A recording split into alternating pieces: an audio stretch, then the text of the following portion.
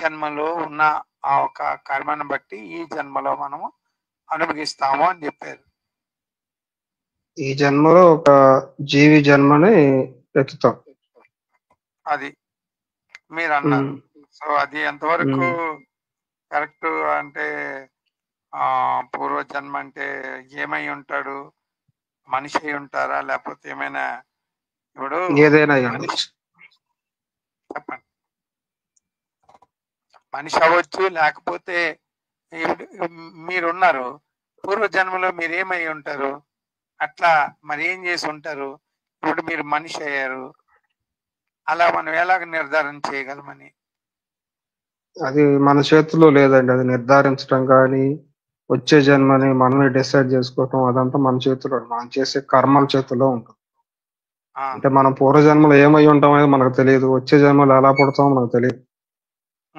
మనం చేసే కర్మలు మంచిగా ఉంటే, మనం నలుగురికి మేలు చేస్తే మంచి జన్మ వస్తుంది. ఆ మంచి జన్మ ఎలా ఉంటుంది దేవుడు ఆ కర్మను బట్టి డిసైడ్ చేస్తాడు. సో నేను ఇప్పుడు ఏ పాపాలు చేస్తే లేకుంటే ఏ పుణ్యాలు చేస్తే ఈ జన్మ ఎత్తారో నాకు తెలియదు. అంటే మీరు మనిషి జన్మ ఎత్తారంటే మనిషి జన్మ ఎత్తాను చేసుకుంటారా? ఎక్కువ శాతం పుణ్యాలు చేస్తేనే మనిషి జన్మ వస్తుంది. అంటే మనిషి జన్మలో కూడా రకాలు ఉంటాయి. ఇప్పుడు ఒక రిచ్ ఇంట్లో పుట్టాను అనుకోండి, బాగా పుణ్యాలు చేసినట్టు. అదే ఒక అంగవైకల్యంతో పుట్టాను అనుకోండి, పుట్టుకతోటి ఒక గుడ్డోడు గాను మూగోడు గాను ఇంకా జీవితాంతం దాన్ని అనుభవించాలి కదా ఆ ప్రారంధ కర్మ. సో అది ఒకవేళ పాపం చేస్తే కలిగినట్టు. అంటే ఖచ్చితంగా ఒక మనిషి జన్మ అంటే పుణ్యం చేస్తే, ఒక జంతువు అంటే పాపం చేస్తే అన్న రూల్ ఏం లేదు. మనం చేసిన కర్మఫలాలను బేస్ చేసుకొని దానికి ఎటువంటి జీవి జన్మిస్తే వాటన్నిటిని అనుభవిస్తాడు అన్న క్యాలిక్యులేషన్ ప్రకారం నెక్స్ట్ జన్మ వస్తుంది. ఇప్పుడు నెక్స్ట్ ఏ జన్మకి వెళ్తారని ఎలాగో మనకి ఐడియా ఉంటది. అంటే ఈ జన్మలో మంచి ఏం చేసాము, చెడు ఏం చేసాం మనకి ఎట్లా తెలుస్తుంది? మంచి ఏం చేసాం, చెడు ఏం చేసాం మనకు తెలుసు కదండి. మనం చేసేది మంచిగా చెడు అనేది మనకు తెలుసు కదా. మంచి అంటే ఏంటి? ఇప్పుడు మనకున్నట్టే అందరికీ జ్ఞానేంద్రియాలు ఉన్నాయి. జ్ఞానేంద్రియాలు అంటే తెలుసు కదా, కళ్ళు, ముక్కు, నాలుక, చర్మం, చెవులు. అవును. సో మనం ఏది అనుభవించినా కానీ వీటి నుంచి అనుభవిస్తాం. వీటికి సుఖం ఏదో దుఃఖం ఏదో మనకు తెలుసు. అంటే ఏ రకంగా చేస్తే మనం వాటి నుంచి సుఖపడతాం, ఏ రకంగా చేస్తే వాటిని మనం కష్టపడతామని. మనకున్నట్టే ప్రతి ఒక్కరికి ఉన్నాయి. మనకి ఏ రకంగా అయితే మన స్పర్శ జ్ఞానం ఎంత ఉంటుందో అందరికి కూడా అదే రకంగా ఉంటుంది. ఒకరికి సూత్తో గుచ్చితే సుఖంగా, ఒకరికి సూత్తో గుచ్చితే కష్టంగా ఉండదు. అందరికీ కష్టంగానే ఉంటుంది. సో కాబట్టి నీకేదైతే కష్టమో అది ఎదుటోళ్ళకి కలిగించకుండా, నువ్వు ఏదైతే సుఖం అని ఫీల్ అవుతున్నావో అది వీలైతే వాళ్ళకి కలిగించేటట్టు ఉండటమే మనం చేసే పుణ్యం. సో అంటే దీనికి ఆల్రెడీ మనకు దేవుడు అంత జ్ఞానం ఇచ్చి పంపించాడు అన్నమాట. ఏది తప్పు ఏది ఒప్పు అని తెలుసు. అన్ని జీవరాశులు ఉన్నాయి కదా, అన్ని జీవరాశులు ఉన్నాయంటే వాళ్ళందరూ ఒకప్పుడు మనుషులై ఉండేవారా? అలా ఏం లేదండి, అందరు మనుషులని ఎలా చెప్తాం? ఇప్పుడు ఒక కుక్క ఉంది, ఇప్పుడు అది తెలుసుకోవడం వల్ల మనకేం? ఆ కుక్క జన్మ అంతకుముందు పులేమో. ఇప్పుడు అంతకుముందు పులి అయ్యుండి ఆ పులి ఏదైనా పాపం చేసి ఇప్పుడు అంటే అప్పుడు ఏదో బాగా గంభీరంగా ఒక హీరో లాగా బతికింది. ఇప్పుడు ఏంటంటే ఒళ్ళంబిటిపడి ఒక పనికిరాని బతకాలి. సో అంటే అది చేసిన పాపం. అలాంటి వాటిని బట్టి అంటే ఖచ్చితంగా మనిషే జంతువు అవ్వాలి, జంతువే మనిషి అవ్వాలి అలా ఏం లేదు. పాపం పుణ్యం చేస్తారా? దానికి తెలిసిన జ్ఞానాన్ని బట్టి కూడా ఉంటది. అంటే మనిషి అంత జ్ఞానం లేదు, మనిషి జ్ఞానం ప్రకారం చేసే ఎక్కువ పాపాలు పుణ్యాలు ఉంటాయి. వాటికి ఏంటంటే చాలా లిమిటెడ్ గా ఉంటాయి. ఇప్పుడు అవి ఆకలేస్తే తినొచ్చు. ఇప్పుడు ఆకలేసింది అనుకోండి, ఏ జింకనో ఏ దేన్నో చంపుకొని తిన్నదనుకోండి, అది పాపం కాదు. అలా కాకుండా అవి కూడా ఒక్కోసారి ఏంటంటే ఆటగా కొన్ని చేస్తుంటాయి. అవి కూడా తప్పులు. అంటే ఏంటంటే వాటి ఆహారం కాకుండా వాటిని ఏదో ఏడిపించడం కోసం. ఇప్పుడు దీనికి కడుపు నిండినా గాని పక్కదాన్ని ఏదన్నా చేయటం అలాంటివి చేస్తుంటాయి. దీనికి తెలుసు ఇలా చేయటం తప్పని. కానీ ఆ, అవేవో వాటి సాటిస్ఫాక్షన్ కోసం అలాంటివి చేస్తుంటాయి కదా! అలాంటి తప్పులుగా తీసుకొని, పాపాలుగా తీసుకొని నెక్స్ట్ జన్మ ఉంటుంది. అవునా? హ్మ్. అయితే ఇప్పుడు వాటిలో కూడా ఈర్ష్య, అసూయలు ఉంటాయండి. ఇప్పుడు మనం చూస్తుంటాం. మనం పులులు వాటిని చూడం గానీ, పక్కన ఉన్న ఈ జంతువులు కుక్కలను వాటిని చూస్తుంటాం. అవి కూడా ఏం చేస్తుంటాయి, ఇప్పుడు వాటికి మనం ఏదో మనకు పెంచుకుంటూ ఒక ఆహారం వేస్తుంటాం. వాటికి ఏందంటే ఈ ఆహారం నచ్చక ఇంకోటి ఏదో దొంగసాటుగా తెచ్చుకోవటం అలాంటివి చేస్తుంటాయి. సో వాటికి ఏంటంటే అది తప్పని తెలుసు. అవి కూడా దొంగసాటుగాని ఇప్పుడు కోళ్ళను తింటుంటాయి కుక్కలు. చూస్తుంటారు మీరు. అవి దొంగసాటుగా వస్తుంటాయి. ఎందుకు అంత దొంగసాటుగా వస్తాయని ఎవరైనా చూస్తే కొడతారని తెలుసు. అది తప్పని తెలుసు వాటికి. ఉమ్, సో వాటిల్లో కూడా అదేం తప్పనిసరిగా బ్రతకడం కోసం చేస్తున్నాయి అనుకోండి, తప్పు కాదు. బ్రతకడానికి ఆల్రెడీ వాటికి ఎవరైనా ఆహారం ఇస్తుంటే ఆ ఆహారం నచ్చక ఎప్పుడు అదే తింటాం, వాటికి నచ్చక వీటిని చంపుకు తిందామని చేస్తుంటాయి. అలాంటి పాపంగా పరిగణించబడతాయి వాటిల్లో కూడా. అవునా? ఉమ్. అయితే ఇలాగ ఈ ఉన్న జంతువులన్నీ కూడా ఇవన్నీ క్రమం మీద ఏదో ఒక జీవరాశులు అయి ఉంటాయి. మనం కూడా అన్ని జీవరాశులు ఆ ఎత్తి మనిషి అయ్యాము. అంతేనా? అలా ఏం లేదు. అన్ని జీవరాశులు ఎత్తామని ఏం లేదు. ఏ జన్మలో ఏ పాపం చేసామో ఆ తర్వాత జన్మ ఏమొచ్చిందో, ఆ జన్మలో ఏం చేసామో దాన్ని బట్టి తర్వాత జన్మ. ఇప్పుడు మనం అంతకుముందు ఏ ఏ జన్మలు ఎత్తామో మనకు తెలియదు. తర్వాత ఏమి ఎత్తామో మనకు తెలియదు. కాకపోతే నెక్స్ట్ జన్మలో మంచి జన్మ కావాలనుకుంటే మనం పుణ్యాలు చేయాలి. ఇప్పుడు శ్రీకృష్ణుడు ఇందులోను అర్జునుడికి అంటాడు, నేను ఏ ఏ జన్మలు ఎత్తానో నాకు తెలుసు, నీకు తెలీదు అని ఉమ్. అంటాడు. ఉమ్. ఆయనకి అన్ని జన్మలు అంటే తెలుసంట. ఆ శ్రీకృష్ణుడు అక్కడ దేవుడు కాబట్టి ఆయనకు తెలుసు. అంటే నేను అన్నీ తెలుసు, కానీ నువ్వు మనిషివి కాబట్టి నీకు గుర్తుండదు అన్నట్టుగా చెప్పాడు అర్జునుడితో. ఆ, ఇంకా అంటే అన్ని దేవుడు జన్మలు ఎత్తితే కాబట్టి ఆయన అన్ని కాలాలందు నేనున్నాను, నువ్వు ఉన్నావు. మన ఇద్దరం అన్ని కాలాలందు ఉన్నాము. కానీ నాకు ప్రతి ఒక్కటి గుర్తుంది. ఎందుకంటే నేను దేవుణ్ణి కాబట్టి. నీకేంటంటే నీకు ప్రస్తుత జన్మ మాత్రమే గుర్తుంది. అంతకు ముందు ఈ గుర్తుండదు, తర్వాత నీకు తెలియదు. నాకు మటుకు తెలుసు అన్నట్టుగా అతను చెప్పాడు. ఎందుకంటే అతను భగవంతుడు కదా. ఆహా. సో అదే అనమాట ఈ ఈ జన్మల తాలూగా రహస్యాలు అవి. ఇంకా జన్మలో ప్రతి జీవరాశుల్లో కూడా ఆ ఆత్మే ఉంటదా? సపోజ్ ఇప్పుడు మనలో ఉన్న ఆత్మే మనం చనిపోయే కుక్క ఆత్మ అంటే అయ్యామనుకో, ఆ ఆత్మే కుక్కలోకి యా ప్రవేశిస్తుందా? సేమ్ అదే ఆత్మ. సేమ్ అదే ఆత్మ. అదే మనిషిలో ఉన్న సేమ్ అదే ఆత్మైనా ఆత్మ. కుక్కలో ఉన్న ఆత్మ. అదే కదా భగవద్గీతలో చెప్పాడు. కుక్కలో ఉన్నదైనా మనిషిలో ఉన్నదైనా ఎందులో ఉన్నదైనా సరే అదే ఆత్మ, అన్నిటినీ ఒకే రకంగా చూడండి అన్నట్టుగా చెప్పాడు కదా. ఆహా. ఉమ్. అంటే వాటి జీవిత పోరాటం కోసం ఆ జన్మను ఎత్తాయి. ఇప్పుడు నువ్వేదో ఆ, నీకేదో లక్షల కోట్లు ఆస్తుంది కాబట్టి నీదేదో పెద్ద జన్మ, అవేవో ఊరక పుట్టి అట్టట పోయాయి వాటిదేదో చిన్న జన్మ అలా చూడవ. వాటితో పోల్చుకుంటే వాటి జన్మ వాటికే గొప్పది, నీ జన్మ నీకే గొప్పది. అవి కూడా బ్రతకడానికే పుట్టాయి.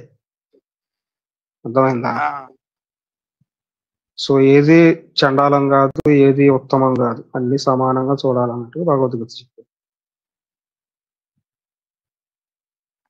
సమానంగా చూడాలి అంటే ఉమ్. ఈ అంటే అందులో ఈ కొన్ని ఆత్మలే సర్క్యులేట్ అవుతున్నాయి అనమాట. మరి కొత్తగా ఏం రావట్లేదు కదా. ఇప్పుడు కొత్తగా వస్తున్నాయో ఉన్నాయి, దైవంతో కలుస్తున్నాయి, అన్నీ జరుగుతుంటాయండి. ఇప్పుడు కొంతమంది మోక్షం అని చెప్పి ఆ ఉన్న ఆత్మలు మోక్షం దేవుడి దగ్గరికి వెళ్తాయి. ఇంక వాటికి జన్మలు ఉండవు. కొన్ని కొత్తవి కూడా పుడతాయి. అదంతా దేవుడి చేతుల్లో ఉంటుంది. అవన్నీ మనం చెప్పగలిగినవి కాదు. ఆ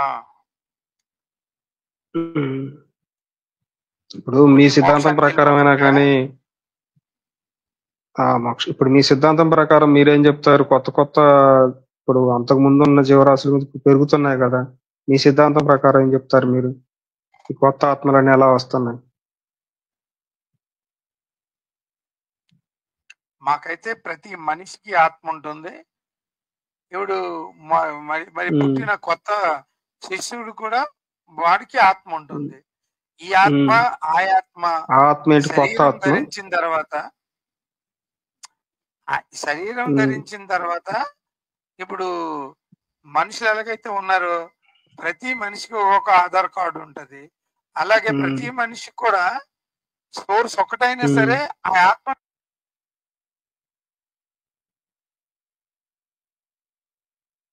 వాయిస్ బ్రేక్ అయింది. హలో,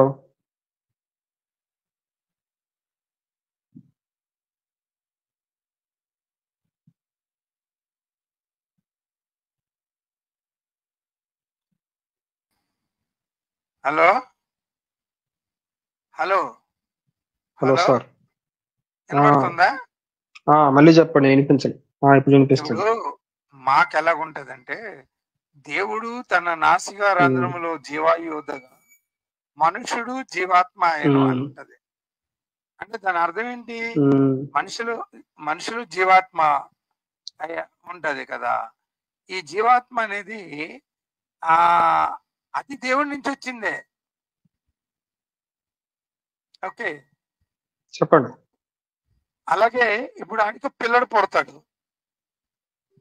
ఆ పిల్లల్లో ప్రాణము నీ తండ్రి నుంచి ఇప్పుడు శరీరం వస్తుంది, మళ్ళీ ఆత్మ మళ్ళీ దేవుడి దగ్గర నుంచే వస్తుంది. పిండముగా ఆత్మ అనేది కొత్తదన్నమాట. ఆత్మ దేవుని దగ్గర నుంచి ఆత్మ అనేది కొత్తదన్నమాట. అంటే ఎంతమంది కొత్త వాళ్ళు పుడుతుంటే అన్ని కొత్త ఆత్మలు వస్తుంటాయి. అవి కొత్త ఆత్మలు కాదు, ఆత్మ ఒక దగ్గర సూర్యుడు కిరణాలు వస్తాయి, అవే మన అదేనండి. సూర్యకిరణాలు అంటే ఇప్పుడు ఎప్పుడు సమానంగా ఉంటాయి. కొత్త వెలుతురు వస్తుందంటే కొత్త కిరణం పుడుతున్నట్టు. అంటే అలాగే కొత్త మనిషి పుడుతున్నాడంటే కొత్త ఆత్మను దేవుడు సృష్టించి భూమి మీద పంపుతున్నట్టు, అంతేనా? కొత్త ఆత్మలు ఆయన సృష్టిస్తున్నాడు లేదా ఆయన దగ్గర ఉన్నది పంపిస్తున్నాడు, ఆ మిస్టరీ మాకు తెలియదు. ఓకేనా? కానీ ఒక బేబీ పుట్టింది అనుకో, ఆ బేబీలో దేవుడు తన ఆత్మను పెట్టి పంపుతాడు. ఆ మనిషి శరీరం ధరించిన తర్వాత ఆ బేబీకి ఒక పేరు ఉంటుంది. ఈయన పలానోడు కొడుకు. ఇక ఆయన అకౌంట్ ఓపెన్ అవుతుంది. ఆ అకౌంట్ లో పాప పుణ్యాలు రాయబడతాయి. ఇక ఓకేనా? వ్యక్తులు కాదు. మా సిద్ధాంతం ఎలా ఉంటదంటే, గత జన్మలో నుంచి ఆత్మ వచ్చిందని కాదు, లేదా గత పాపములు చేసి ఇప్పుడు ఇలా పుట్టాడు అనేది కాదు.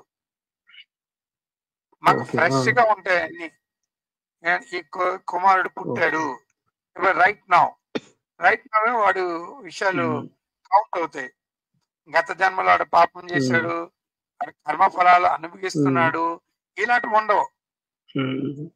ఇలాంటి ఇప్పుడు బైబిల్ ఇన్ని 66 గ్రంథాలు ఉన్నాయి. మరి యేసు ప్రభు ఎన్నో విషయాలు చెప్పు, లోకము, పరలోకము, నరకము, మళ్ళీ పాపము, ఇవన్నీ విషయాలు చెప్పుకొచ్చాడు.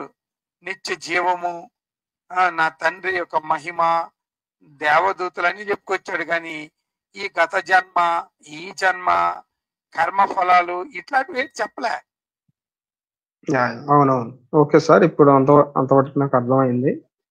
సో ఇప్పుడు మా నమ్మకం ప్రకారం ఏంటంటే, మా కర్మ సిద్ధాంతం ప్రకారం కొంతమంది గుడ్డోలుగా పుట్టడం, అంటే మనుషులు వాటికి చూసుకుంది. కొంతమంది మూగోలుగా పుట్టడం, కొంతమంది ధనికులుగా పుట్టడం, కొంతమంది పేదోళ్ళుగా పుట్టడం, ఇవన్నీ ఏంటంటే పూర్వజన్మ కర్మఫలం ఆధారంగా పుట్టాము అన్నట్టుగా ఫీల్ అవుతుంటాం మేము.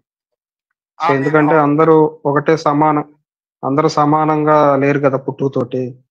లైఫ్ లీడ్ చేయడానికి ముందు గేమ్ పెట్టామంటే అందరూ ఒకటే పొజిషన్ లో ఉండి అక్కడ నుండి స్టార్ట్ చేయాలి.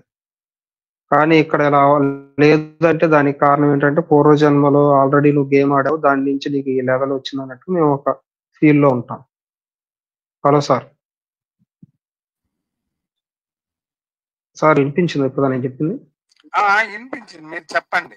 నాదే మైక్ కట్ అయింది. ఓకే. కానీ ఇప్పుడు మీ లెక్క ప్రకారం ఎలా ఉంటుందంటే, అంటే ఒక్కొక్కళ్ళు ఒక్కో రకంగా ఉంటున్నారు కదా! దానికి కారణం ఏమై ఉంటుంది మీ సిద్ధాంతం ప్రకారం?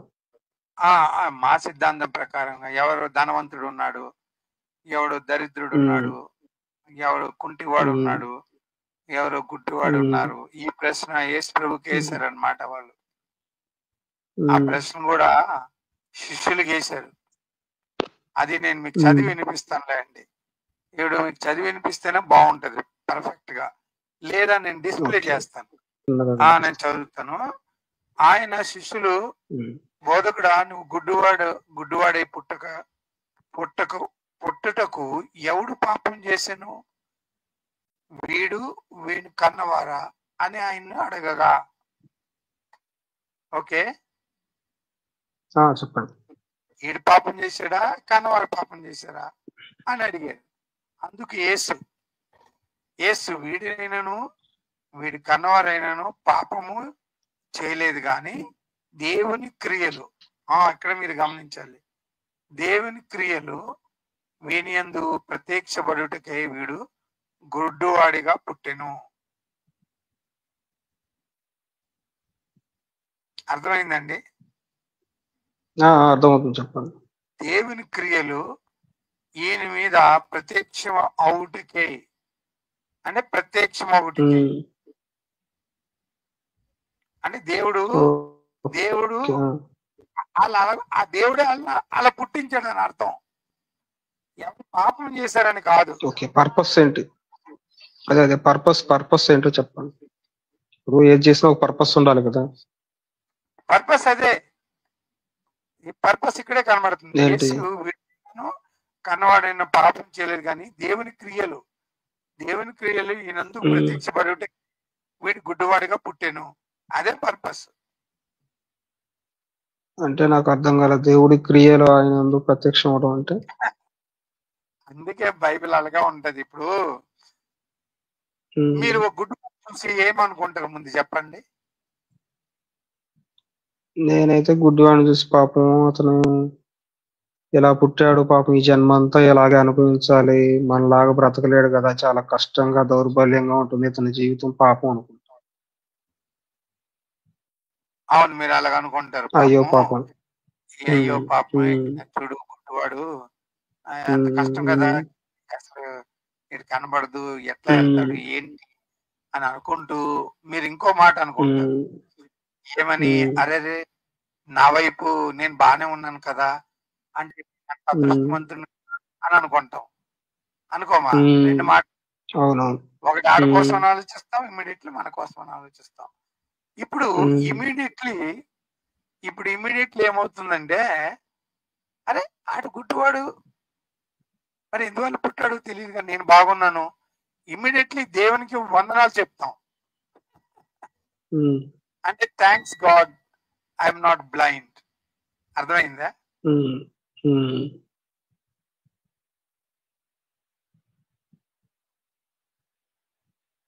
చెప్పండి సార్. హలో,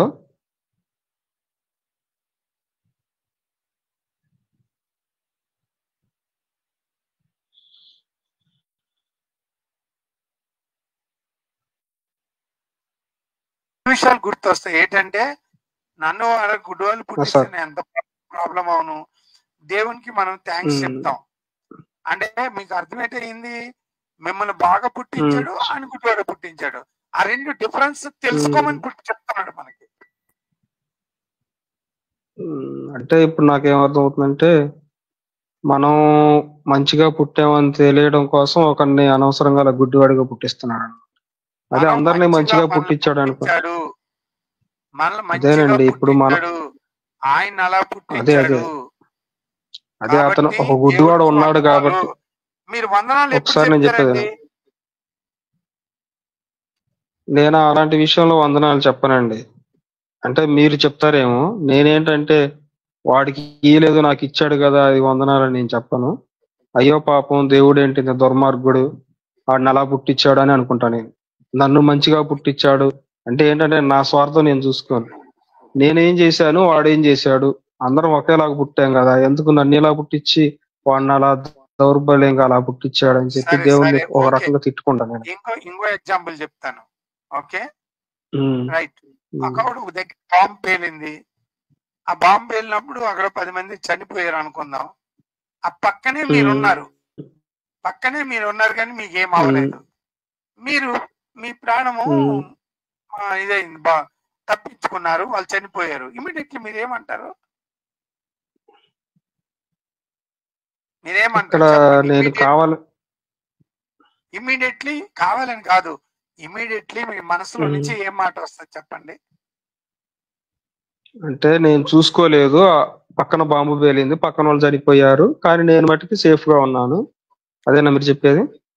అలాగా అనరు. మీకు తెలుసో తెలియక మీ మనసులో ఆ, నుంచి ఒక మాట అడుగుతున్నాను. ఈ విషయంలో మట్టుకు చెప్తాను. అమ్మా, ఆ, నేను ఎలాగో తప్పించుకున్నాను, కొంచెం ఉంటే నేను కూడా చనిపోయి ఉండేవాడిని, ఆ ప్లేస్ లో నేనుంటే నేను కూడా చనిపోయి ఉండేవాడిని దట్స్ రైట్. ఆ ప్లేస్ లో నేనుంటే అనుకుంటా చనిపోయేవాడిను. అయితే దేవా, నేను. ఉమ్, ఐఎమ్ థ్యాంక్ఫుల్ టు గాడ్ అని అంట. థ్యాంక్ఫుల్ టు గాడ్ అని ఏం చెప్పను నేను. అంటే మీరు చెప్తారేమో, ఇక్కడ థ్యాంక్ఫుల్ టు గాడ్ అని నేను ఏం చెప్పను.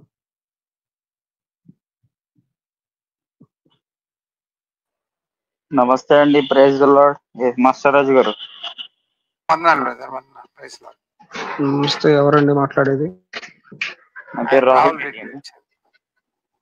సార్ మీరు సార్ ఐ విల్ బాగున్నారా? థ్యాంక్ గాడ్ అంటున్నారు కదండి. బాగున్నానండి, చేస్తారు. సార్ మీరు థ్యాంక్ గాడ్ అంటాను అంటున్నారు కదండి మాస్టర్ రాజు గారు.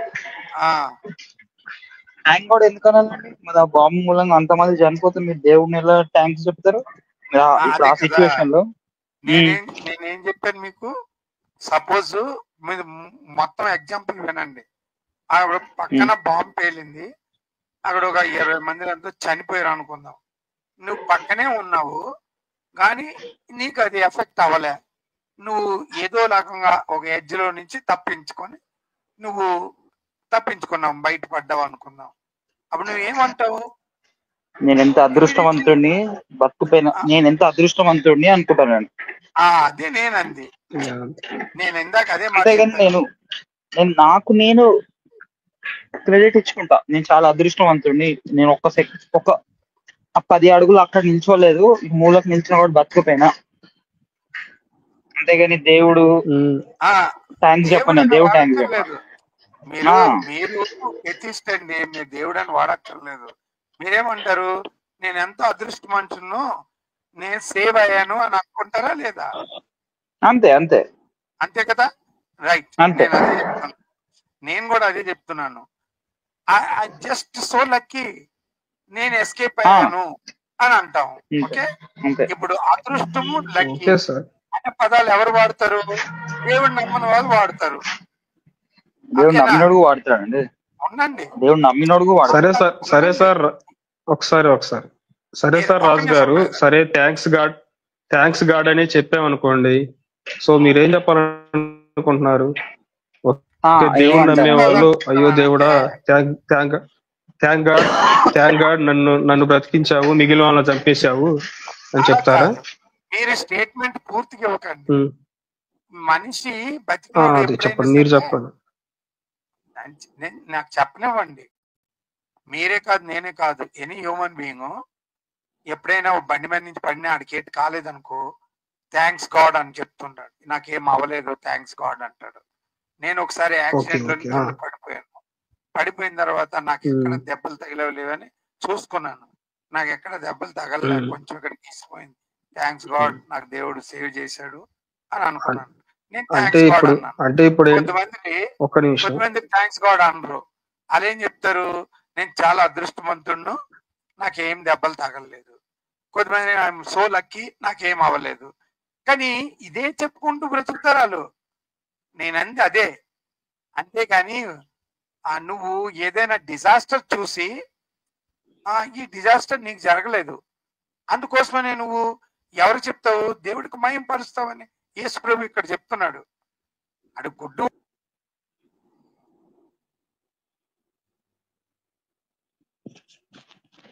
మళ్ళీ వాయిస్ కట్ అయిందండి.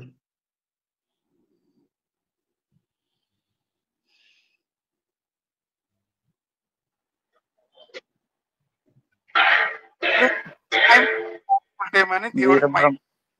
అదే యేసుక్రీస్తు చెప్పాడు ఈ ఫస్ట్ 3 ఇప్పుడు మీరు చెప్పండి. సో అంటే ఏంటంటే ఇప్పుడు మాట్లాడండి సార్. అది మీరు ఏం చేశారంటే గత జన్మలో తప్పులు చేశారు కాబట్టి గుడ్డివాడుగా పుట్టాడు, గత జన్మలో ఏదో పాపం చేశాడు కాబట్టి సొట్టవాడుగా పుట్టాడని మీ సిద్ధాంతం చెప్తుంది. కానీ బైబిల్ రాజు గారు అక్కడ అదేంటంటే దానికి కూడా మేమే బ్లేమ్ చేసుకుంటున్నాం. మాస్టర్ రాజు గారు సార్ రాజు గారు సార్ ఒక మాట. ఇప్పుడు ఒక మనిషి పుట్టుకతో అవిటి వాడిలాగా పుడతాడండి. ఒక కాలు చక్కగా లేకుండా పుడతాడు. అప్పటి కాలంలో మనుషులకి అలా ఎందుకు పుట్టాడు అనే దానికి జవాబు లేదు కాబట్టి ఇది ఒక సాకులు చెప్పారు. ఇగో కర్మ సిద్ధాంతం ప్రకారము తన గత జన్మలో ఈ తప్పులు చేశాడు, అందుమూలంగా ఇలా పుట్టాడు, వాళ్ళ ఆన్సర్ లేదు కాబట్టి ఈ రీజన్ చెప్పారు. కావాలంటే ఆ రీజన్ చెప్పడం అనేది బ్లండర్ మిస్టేక్ కదా. ఎందుకంటే ఎందుకు పుడుతున్నాడు ఏంటి దాని మూలంగా మనకు తెలుసు. సో ఇంకా ఈ కాలంలో కూడా మళ్ళీ అదే రీజన్ చెప్పడం అనేది మన తెలివి తక్కువదనానికి చూపిస్తుంది. మరి ఇప్పుడు మన వీరబ్రహ్మం గారు ఏమంటున్నారు మీరు గత జన్మలో పాపం చేశారు కాబట్టి ఈ జన్మలో గుడ్డివాడుగా పుట్టాడు. కానీ ఎందుకు పుట్టాడు గుడ్డివాడుగా అనే రీజన్ తెలియనప్పుడు చెప్పొచ్చు రీజన్. అవును, కరెక్ట్ తెలియదు రీజన్. అదే మరి వీరబ్రహ్మం గారు క్లారిఫై చేయాలి. ఇక్కడ జస్ట్ విశ్వాసాన్ని ఆపాదించుకోవటమేనండి.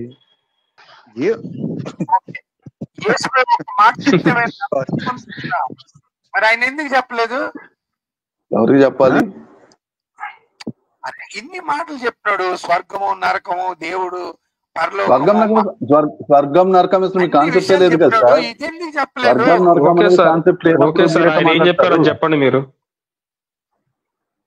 యేసు చెప్పిన మాటల్లో ఎక్కడ కూడా ఇది కర్మ ఫలితాలని ఒక్క మాట కూడా వాడలేదని, కొన్ని ఇండైరెక్ట్ లేవు, అది లేదు.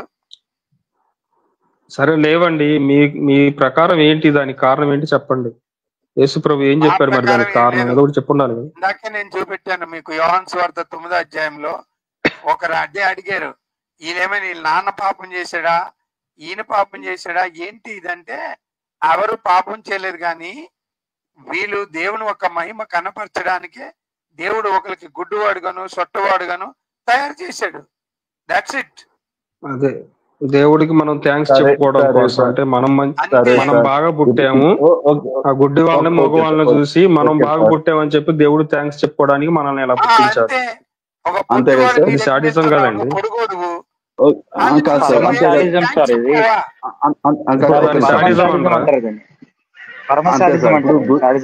గుడ్డి కుంటిగా పుట్టినవాడు, ఒక్క నిమిషం అన్న, ఇప్పుడు గుడ్డి పుట్టినవాడు ఖచ్చితంగా దేవుడిని తిట్టుకుంటూనే ఉంటాడు.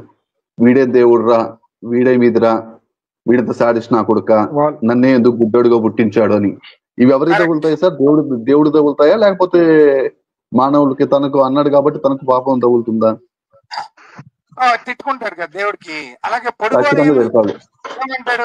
చెప్పుకోడా వాళ్ళకి థ్యాంక్స్ దేవుడు కావాలని చెప్పి కొంతమందిని తిట్టుకునేలా కొంతమందిని పొగుడుకునేలా పుట్టించాడు అన్నమాట. ఇద్దరికి ఏం అర్థం అవ్వాలంటే దేవుడు ఇలా చేశాడు అని అర్థం అవ్వాలా. ఎవడైనా దేవుడు ఇలా చేశాడు, ఎవడైనా దేవుడు చేస్తాడు. ఇప్పుడు సపోజ్ రాజు గారు ఒకవేళ మీరే అలా పుట్టారనుకోండి, మీరే ఎందుకు పుట్టాలి అలా అంటే ఏంటి? పక్కవాడికి ఆనందం కలగటం, పక్కవాడు దేవుడికి థ్యాంక్స్ చెప్పడం కోసం నన్ను ఎలా పుట్టించాడు, అదేదో పక్కవాడిని అలా పుట్టించి నన్ను ఎలా పుట్టిస్తే నేను థ్యాంక్స్ చెప్పుకున్నాను కదా అని మీకు అనిపించదా?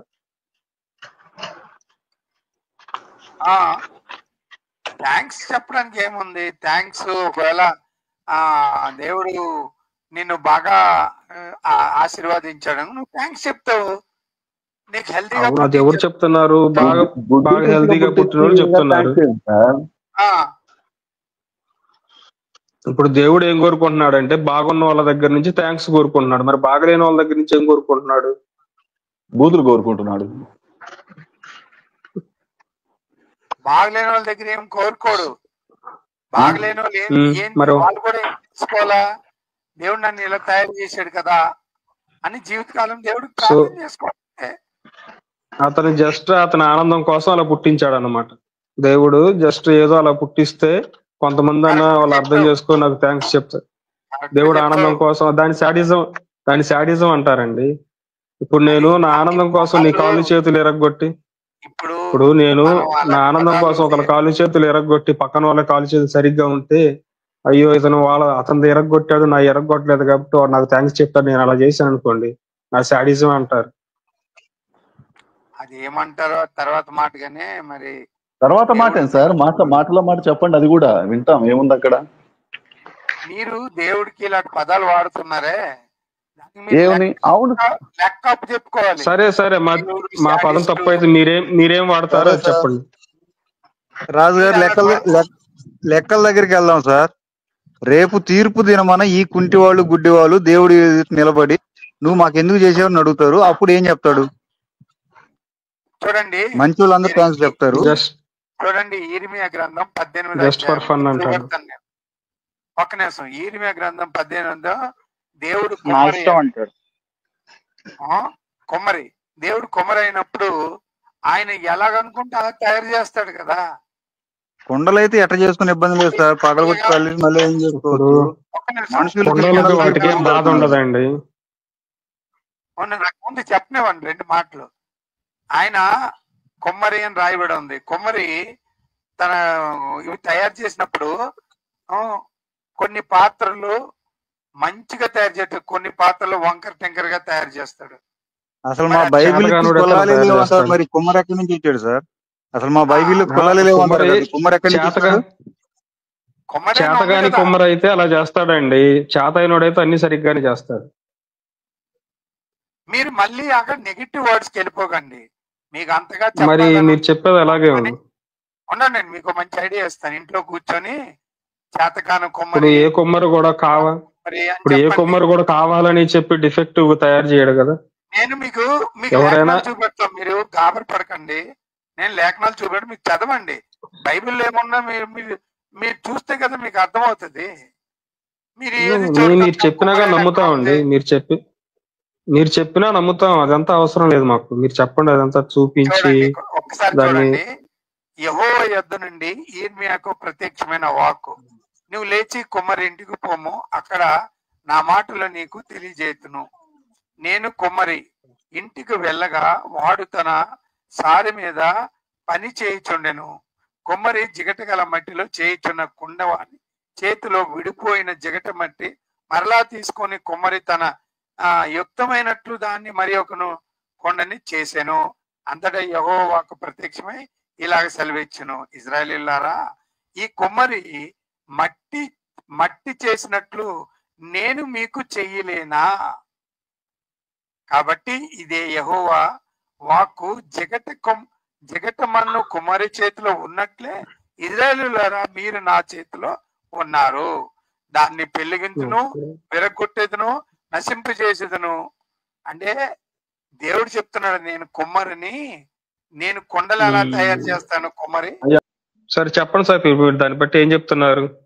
దీన్ని బట్టి ఏం చెప్తున్నాను, ఒక కుమ్మరి ఏం చేస్తాడంటే కొండలు తయారు చేస్తాడు. ఒకటి చిన్న కొండ, పెద్ద కొండ, ఒకటి నల్ల కొండ, ఒకటి టెంకరు, అన్ని రకరకాలు. మనుషుల్లో కూడా అందమైన కొంచెం నల్ల కలరులు, కొంచెం గోధుమ కలర్లు తయారు చేస్తారు. ఈ అందంగా తయారు చేసిన వాళ్ళు అందం దగ్గరికి వెళ్ళి, నేను ఇంత అందంగా ఉన్నాను కదా, మరి ఎవరు తయారు చేశాడు? దేవుడు తయారు చేశాడు. నల్లగున్నోళ్ళు కూడా దేవుడే తయారు చేశాడు. మీరేమంటున్నారు? నల్లగున్నోళ్ళు తిట్టుకుంటారు, తెల్లగున్నోళ్ళు దేవుడు పొగుడుతారు. అది తర్వాత మాట, కానీ తయారు చేసింది దేవుడే అని మనం తెలుసుకోవాలి. సార్ కొండలు చేస్తాడు, చిన్నది పెద్ద చేస్తాడు, కానీ పైన నీళ్లు పోసేదానికి మూతి లేకుండా, లేకపోతే పైన మూతి పెట్టి కింద బొక్క పెట్టడు. కొండ అయితే కొండే, చిన్నదైనా పెద్దైనా, చిన్న పెద్ద వ్యత్యాసం అనేది ఉంటది. కానీ మేం చెప్తుంది ఏంది, కళ్ళు లేకుండా కాళ్ళు లేకుండా వంకరలు. ఇప్పుడు ఇక్కడ రెండింటికి సంబంధించిన వాళ్ళు ఎథిస్ట్ ఉన్నారు కదా, వాళ్ళు చెప్పండి సార్, మీకు దీంట్లో ఉన్నవాడు రెండింటిలో ఏది బెస్ట్ అనిపిస్తుంది? ఏ విశ్వాసం కరెక్ట్ అనిపిస్తుంది రాహుల్ రెడ్డి గారు? రెండు ఒకటేలాగా అనిపిస్తాయి. అడుగుదాం, వాళ్ళ ఒపీనియన్ అడుగుదాం సార్. పెట్టాను. బ్యాట్ మ్యాన్ స్పైడర్ మ్యాన్ ఉన్నారండి, ఇద్దరు ఒకటే. బ్యాట్ మ్యాన్ గొప్ప, స్పైడర్ మ్యాన్ గొప్ప అంటే ఎట్లా? రెండు ఎందుకు అవుద్దండి? ఇప్పుడు ఒకరు హీరో అవ్వచ్చు, ఒకరు విలన్ అవ్వచ్చు. ఒకరు హీరో అవ్వచ్చు, ఒకరు విలన్ అవ్వచ్చు. ఇప్పుడు బాహుబలి ఉన్నాడు, బల్లాలదేవ్ ఉన్నాడు, ఇద్దరు ఒకళ్ళే అవుతారా? ఒకరు హీరో, ఒకరు విలన్. వాళ్ళిద్దరు ఎవరు గొప్ప అంటే ఏం చెప్తాను? బాహుబలి గొప్ప అని చెబుతావు కదా. బాహుబలి చెప్పొచ్చు. బల్లాల దేవ్ చేసిన మంచి ఇప్పుడు పనుల అలాగే మీద తను ఇప్పుడు అలాగే మా ఇప్పుడు అలాగే మా బిలీఫ్స్ కూడా ఇప్పుడు మేమేం చెప్తున్నాం అంటే ఈ కుంటోడిగా గుడ్డోడిగా పుట్టడానికి పూర్వజన్మలో చేసిన కర్మఫలం కారణం ఉండొచ్చు అని మేము కూడా చెప్తున్నాం.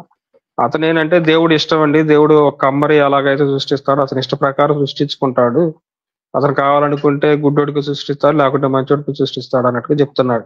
ఇప్పుడు మీకు ఈ రెండు బిలీఫ్స్ లో ఏది మంచిది అనిపిస్తుంది? సొసైటీ దాన్ని ఇప్పుడు ఎవరికైనా సొసైటీ దాన్ని ఫాలో అవ్వాలంటే ఏది? సార్ నాకేమనిపిస్తుంది, నేను ఒక్క వర్డ్ లో చెప్తాను. నాకేమనిపిస్తుంది అంటే మీ ప్రకారం అలాంటి మనిషి అలా ఎందుకు పుట్టాడు అనే దానికి మీ దగ్గర సమాధానం లేదు కాబట్టి మీరేం చెప్తున్నారు? పూర్వ జన్మలో తను ఏదో పాపం చేసి ఉంటాడు, దానికి ప్రతిఫలంగా ఇప్పుడు శిక్ష పడింది, ఇందు మూలంగా అలా పుట్టి ఉంటాడు అని మీరు అంటున్నారు. యాజ్ అ క్రిస్టియన్స్ వాళ్ళ దగ్గర సమాధానం లేదు. వాళ్ళు ఏమంటున్నారు? దేవుడు ఇష్టం. సమాధానం లేదు కాబట్టి సిద్ధాంతాన్ని కల్పించుకున్నామండి. ఇప్పుడు ఏ సిద్ధాంతం మీకు కరెక్ట్ గా అనిపిస్తుంది? ఇప్పుడు మా దేవుడు ఉన్నాడు, వాళ్ళ దేవుడు ఉన్నాడు. ఇప్పుడు ఆ దేవుళ్ళు చేసిన దాంట్లో ఇప్పుడు ఏంటంటే మేమేమనుకుంటున్నామంటే మేము చేసిన కర్మల ప్రకారమే మాకు శిక్ష అనుభవిస్తాము, అంటే మేము చేసుకుందే మాకు వస్తుంది అనేది మా బిలీఫ్. అక్కడ ఏంటంటే దేవుడు ఇష్టమైతే శిక్షిస్తాడు, లేకుంటే లేదు అన్నట్టుగా అతను చెప్తున్నాడు. ఇప్పుడు ఆ రెండు బిలీఫ్స్ లో ఏ బిలీఫ్ బాగుంది అది చెప్పండి. ఏ బిలీఫ్ బాగుందంటే రెండు ఒకేలాగా అనిపిస్తున్నాయండి. ఏది సరే సరే సార్, మీరు ఏదో ఇబ్బంది పడుతున్నట్టున్నారు, వదిలేసేయండి. రాహుల్ రెడ్డి గారు ఒక వ్యక్తి ఉన్నాడండి, అతనికి ఏదో తీవ్రమైన జబ్బు అండి. అతను ఎలాగైనా సరే 2 రోజుల్లో చనిపోతాడండి. చనిపోతాడని తెలిసి ఈ 2 రోజులే కదా నేను బ్రతికేది, ఎన్ని తప్పులైనా చేయని, అంతకు మించి నన్ను ఎవరు శిక్షిస్తాడు ఈ 2 రోజులకు మించి?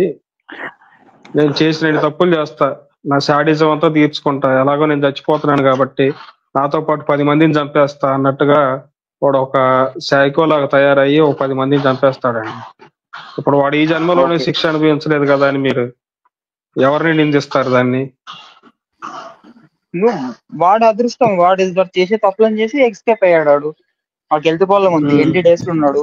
వాడు చేసే తప్పులు చేసి ఇదే నా మంచి టైము, నా సాడిజం అంతా ఇప్పుడే నేను చూపించుకుంటాను అని తనకి ఎవరి మీద కోపం ఉంటే వాళ్ళ మీద సాడిజం చూపించేసి హ్యాపీగా చనిపోయాడు తను. అంతే, హ్యాపీగా చనిపోయాడు. పనిష్మెంట్ లేకుండా ఎస్కేప్ అయ్యాడు తను ఈ జన్మలో. అయ్యాడు. ఇప్పుడు మీరు ఎవరిని బ్లేమ్ చేస్తారు దానికి? ఇప్పుడు వాడిని ఇప్పుడు ఒకవేళ చట్టాలు జరగపట్టుకున్నా సరే వాడిని ఎన్ని రోజులు శిక్షించగలరు? 2 రోజులు శిక్షించగలరు అంతేనా? వాడు ఎలాగో 2 రోజుల తర్వాత చనిపోతాడు. అవును. సో ఇప్పుడు మీరు ఎవరిని బ్లేమ్ చేస్తారు ఇప్పుడు దానికి? ఎవరిని ఎందుకు బ్లేమ్ చేస్తామండి? మా సిద్ధాంతాలు ఇప్పుడు మేమేంటంటే ఒకవేళ వాడు తప్పించుకొని ఆ 2 రోజుల తర్వాత చనిపోయాడు అనుకోండి, వాడు ఎలాగైనా సరే వచ్చే జన్మలో అయినా సరే ఆ శిక్ష అనుభవిస్తాడు. ఆ భయాన్ని ఒకటి క్రియేట్ చేసాం అనుకోండి, చెప్పేదండి, వాడికి ఆ భయాన్ని క్రియేట్ చేసాం. ఆ 2 రోజుల తర్వాత చనిపోయేవాడికి ఆ 2 రోజుల తర్వాత చనిపోయేవాడికి ఈ భయం అని ఒకటి క్రియేట్ చేసాం అనుకోండి, అయ్యో ఒకవేళ నేను 2 రోజుల తర్వాత చనిపోయినా సరే నాకు తర్వాత అయినా సరే శిక్ష ఉంటుందని చెప్పి వాడు అది చేయటం మానేస్తాడు. లేకుంటే 2 రోజుల తర్వాత ఎలాగో చచ్చిపోతున్నాయి, నేను ఈ జన్మలోనే కదా అనుభవించేది, ఎవరినండి నేను బీగుతాడులే అనుకుంటాడు. ఇప్పుడు మా సిద్ధాంతాన్ని నమ్మటం రైట్ అంటారా? ఇప్పుడు మీరు ఆ సిద్ధాంతాన్ని నమ్మకపోవటమే రైట్ అంటారా? ఇలా చూస్తే మీ సిద్ధాంతం, ఎందుకంటే తనకి భయం నేర్పడానికి, తనకి భయం పెట్టడానికి, ఇగో నువ్వు ఎస్కేప్ కావు, ఇక్కడ తప్పు చేసినా సరే నువ్వు ఎస్కేప్ అయినట్టు కాదు, నువ్వు చనిపోయిన తర్వాత ఎస్కేప్ అయినట్టు కాదు, నీకు అక్కడైనా శిక్ష పడుతుంది అని తను ఒక భయం పెట్టినట్టు కదా. అంతే కదా. మరి ఇప్పుడు మా సిద్ధాంతం వల్ల మీకు నష్టమే లేదు కదా, లాభమే కదా. సిద్ధాంతంలో కూడా ఉంది కదా. మా సిద్ధాంతం ఏమనుందండి? జన్మ అన్నారు, మాకైతే ఈ జన్మలోనే చనిపోయిన తర్వాత స్వర్గం నరకం తేలుస్తారు, అక్కడే పనిష్మెంట్ ఉంటది. మీకు కూడా ఈ కర్మలు ఇవన్నీ ఉంటాయండి? కర్మ కాదండి, మీరు ఇందాక 7 ఎగ్జాంపుల్ చెప్పారు. అన్ని తప్పులు చేసేసి చేసేయడానికి భయం ఉంటుందా ఉండదంటే బైబిల్లో క్లియర్ గా ఉంది. ఓకే, నేను మీకు ఒక ఎగ్జాంపుల్ చెప్తా సార్. ఇప్పుడు అదే మనిషి 2 రోజుల్లో చనిపోతాడు. అంతకుముందు బాగా అన్ని తప్పులు చేశాడు. ఇంక 2 రోజుల తర్వాత నుంచి భయపడుతున్నాడు. అయ్యో నాకు చచ్చిపోతే నరకం వస్తుందేమో, దేవుడా ఎలా కాలా అని చెప్పి మారు మనసు పొందాడు. దేవుడా 2 రోజులు నేను చనిపోతాను, నేను నమ్ముతున్నాను, నన్ను క్షమించు, నా పాపాలని క్షమించు అని చెప్పి మారు మనసు పొందాడు. ఇప్పుడు అతనికి స్వర్గం వస్తుందో నరకం వస్తుందో? మారు మనసు పొందిన వెంటనే స్వర్గం వస్తుంది.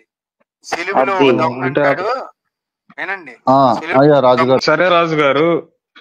సరే రాజు గారు, ఇప్పుడు పాప క్షమాపణ కోరితే చేసిన పాపాలన్నీ పోతాయి, అతను అక్కడి నుంచి ఫ్రెష్ అవుతాడని చెప్పారు కదా. అవును అవును. ఇప్పుడు ఒక వ్యక్తి ఉన్నాడండి, అతను అన్ని మంచి కార్యాలే చేశాడు. అంటే ఎవరికి ఏ ద్రోహం చేయలేదు. అతనికి తెలిసి అందరికీ సాయం చేయటం, దానాలు చేయటం. మన టాటా గారు తెలుసు కదా, రతన్ టాటా గారు. ఆ తరహాలో వీలైనంత వరకు సహాయాలు చేసుకుంటూ బ్రతికాడు. కానీ దేవుడిని ఏమీ నమ్మలేదండి. అంటే అతనికి అవసరం లేదు, అతనే తప్పులు చేయలేదు కాబట్టి ప్రాయశ్చిత్తపడాల్సిన అవసరం లేదు. ఇప్పుడు అతను స్వర్గానికి వెళ్తాడు, నరకానికి వెళ్తాడు? ఇలాంటి క్వశ్చన్లు అడిగితే నేనే చెప్తానండి. నరకం వెళ్తాడండి. అదేంటండి? ఒక పాస్టర్ అన్నాడు నరకం వెళ్తాడు. ఇప్పుడు స్వర్గం నరకం ఉన్నాయన్నారు కదా. కాదండి, మీరు ఒక మాట చెప్పండి. నేనేమైనా ఒక దూతనా ఇవన్నీ చెప్పడానికి? దూత ఏంటండి? ఇప్పుడు స్వర్గం, ఇప్పుడు చెప్పండి సార్, ఇవన్నీ ఎందుకు ఎస్కేప్ అవుతున్నారు మీరు? ఆన్సర్ లేదని చెప్పేసి మేము సైలెంట్ ఉంటాం. సో ఇప్పుడు ఆన్సర్ లేదా? చెప్పండి మీరు తెలియదు అని చెప్పేసి ఎక్కడికి వెళ్తారు చెప్పండి. మా సిద్ధాంతం ప్రకారం పుణ్యాలు చేస్తాడు కాబట్టి అతను మంచి జన్మ ఎత్తాడు, లేదా అది వద్దనుకుంటే మోక్షానికి వెళ్తాడు. రైట్. మా సిద్ధాంతం ప్రకారంగా ఎవరు ఎలాంటి అయినా సరే యేసుక్రీస్తు ఒక కృపలేంది వాళ్ళు వెళ్ళరు, స్వర్గానికి వెళ్ళరు. అంటే తను ఎన్ని మంచి పనులు చేసినా కూడా, ఎన్ని చేసినా కూడా ఇప్పుడు కృప అన్నాను. ఇప్పుడు పాపక్షమాపణ, ఒక్కసారి పాపక్షమాపణ ఎవరు అడుగుతారండి? పాపాలు చేసి ఇప్పుడు కృప అంటే ఏంటది? కృప అంటే దేవుడు యేసుప్రభు. మీరు చెప్పండి, కృప అంటే ఏంటి అసలు? అదే నేను చెప్తున్నాను. యేసుప్రభు అనుగ్రహం. అనుగ్రహం అంటే ఇప్పుడు యేసుప్రభు అనుగ్రహం లేకుండానే మనం పుట్టామా? అవన్నీ మరి క్రాస్ క్వశ్చన్ లేకండి. నేను చెప్పేది ఒకసారి చెప్పింది మీరు వింటే చెప్పండి. ఇప్పుడు యేసుప్రభు అనుగ్రహం అంటే ఏంటంటే యేసుప్రభు ఒక కృప. ఆయన ఎవరు రామకృష్ణ పరమహంసను కూడా దర్శించాడు, ఆయన వివేకానందని దర్శించాడు. కాబట్టి దేవుడు దర్శిస్తే అలాంటి వాళ్ళు డెఫినెట్లీ పరలోకం వెళ్తారు. అని దేవుడు ఎప్పుడు మంచి వాళ్ళని దర్శిస్తాడు. అది దేవుడు దర్శిస్తాడు. అవును, నాకు అర్థం కాదు. దర్శించాడు, రామకృష్ణ పరమహంసకి దర్శించాడు. ఆయన ఒక బయోగ్రఫీలో రాశాడు. అంటే రామకృష్ణ పరమహంస మంచి వాళ్ళందరినీ దర్శిస్తాడు. సో అంటే మంచి వాళ్ళందరినీ దేవుడు దర్శిస్తాడంట. దర్శిస్తాడు, పరలోకం తీసుకెళ్తాడు. తన సొంత చేతులతో పట్టుకొని తీసుకెళ్తాడు. పుణ్యకార్యాలు చేసిన వారు ఇటు వెళ్తారు, పుణ్యకార్యాలు చేసిన వారికి దేవుడు దర్శిస్తాడు, తీసుకెళ్తాడు పరలోకం. రాజుగారు, ఈ సిద్ధాంతం ప్రకారం చూస్తే హిందూ సిద్ధాంతమే బాగుంది కదండి. హిందూ సిద్ధాంతమే బాగుంది. మంచి పని చేసిన వాడు స్వర్గంకి వెళ్తాడు, చెడు పని చేసిన వాడు నరకంకి వెళ్తాడు. ఏదైనా యేసు ప్రభు కాళ్ళ మీద పడక తప్పదు.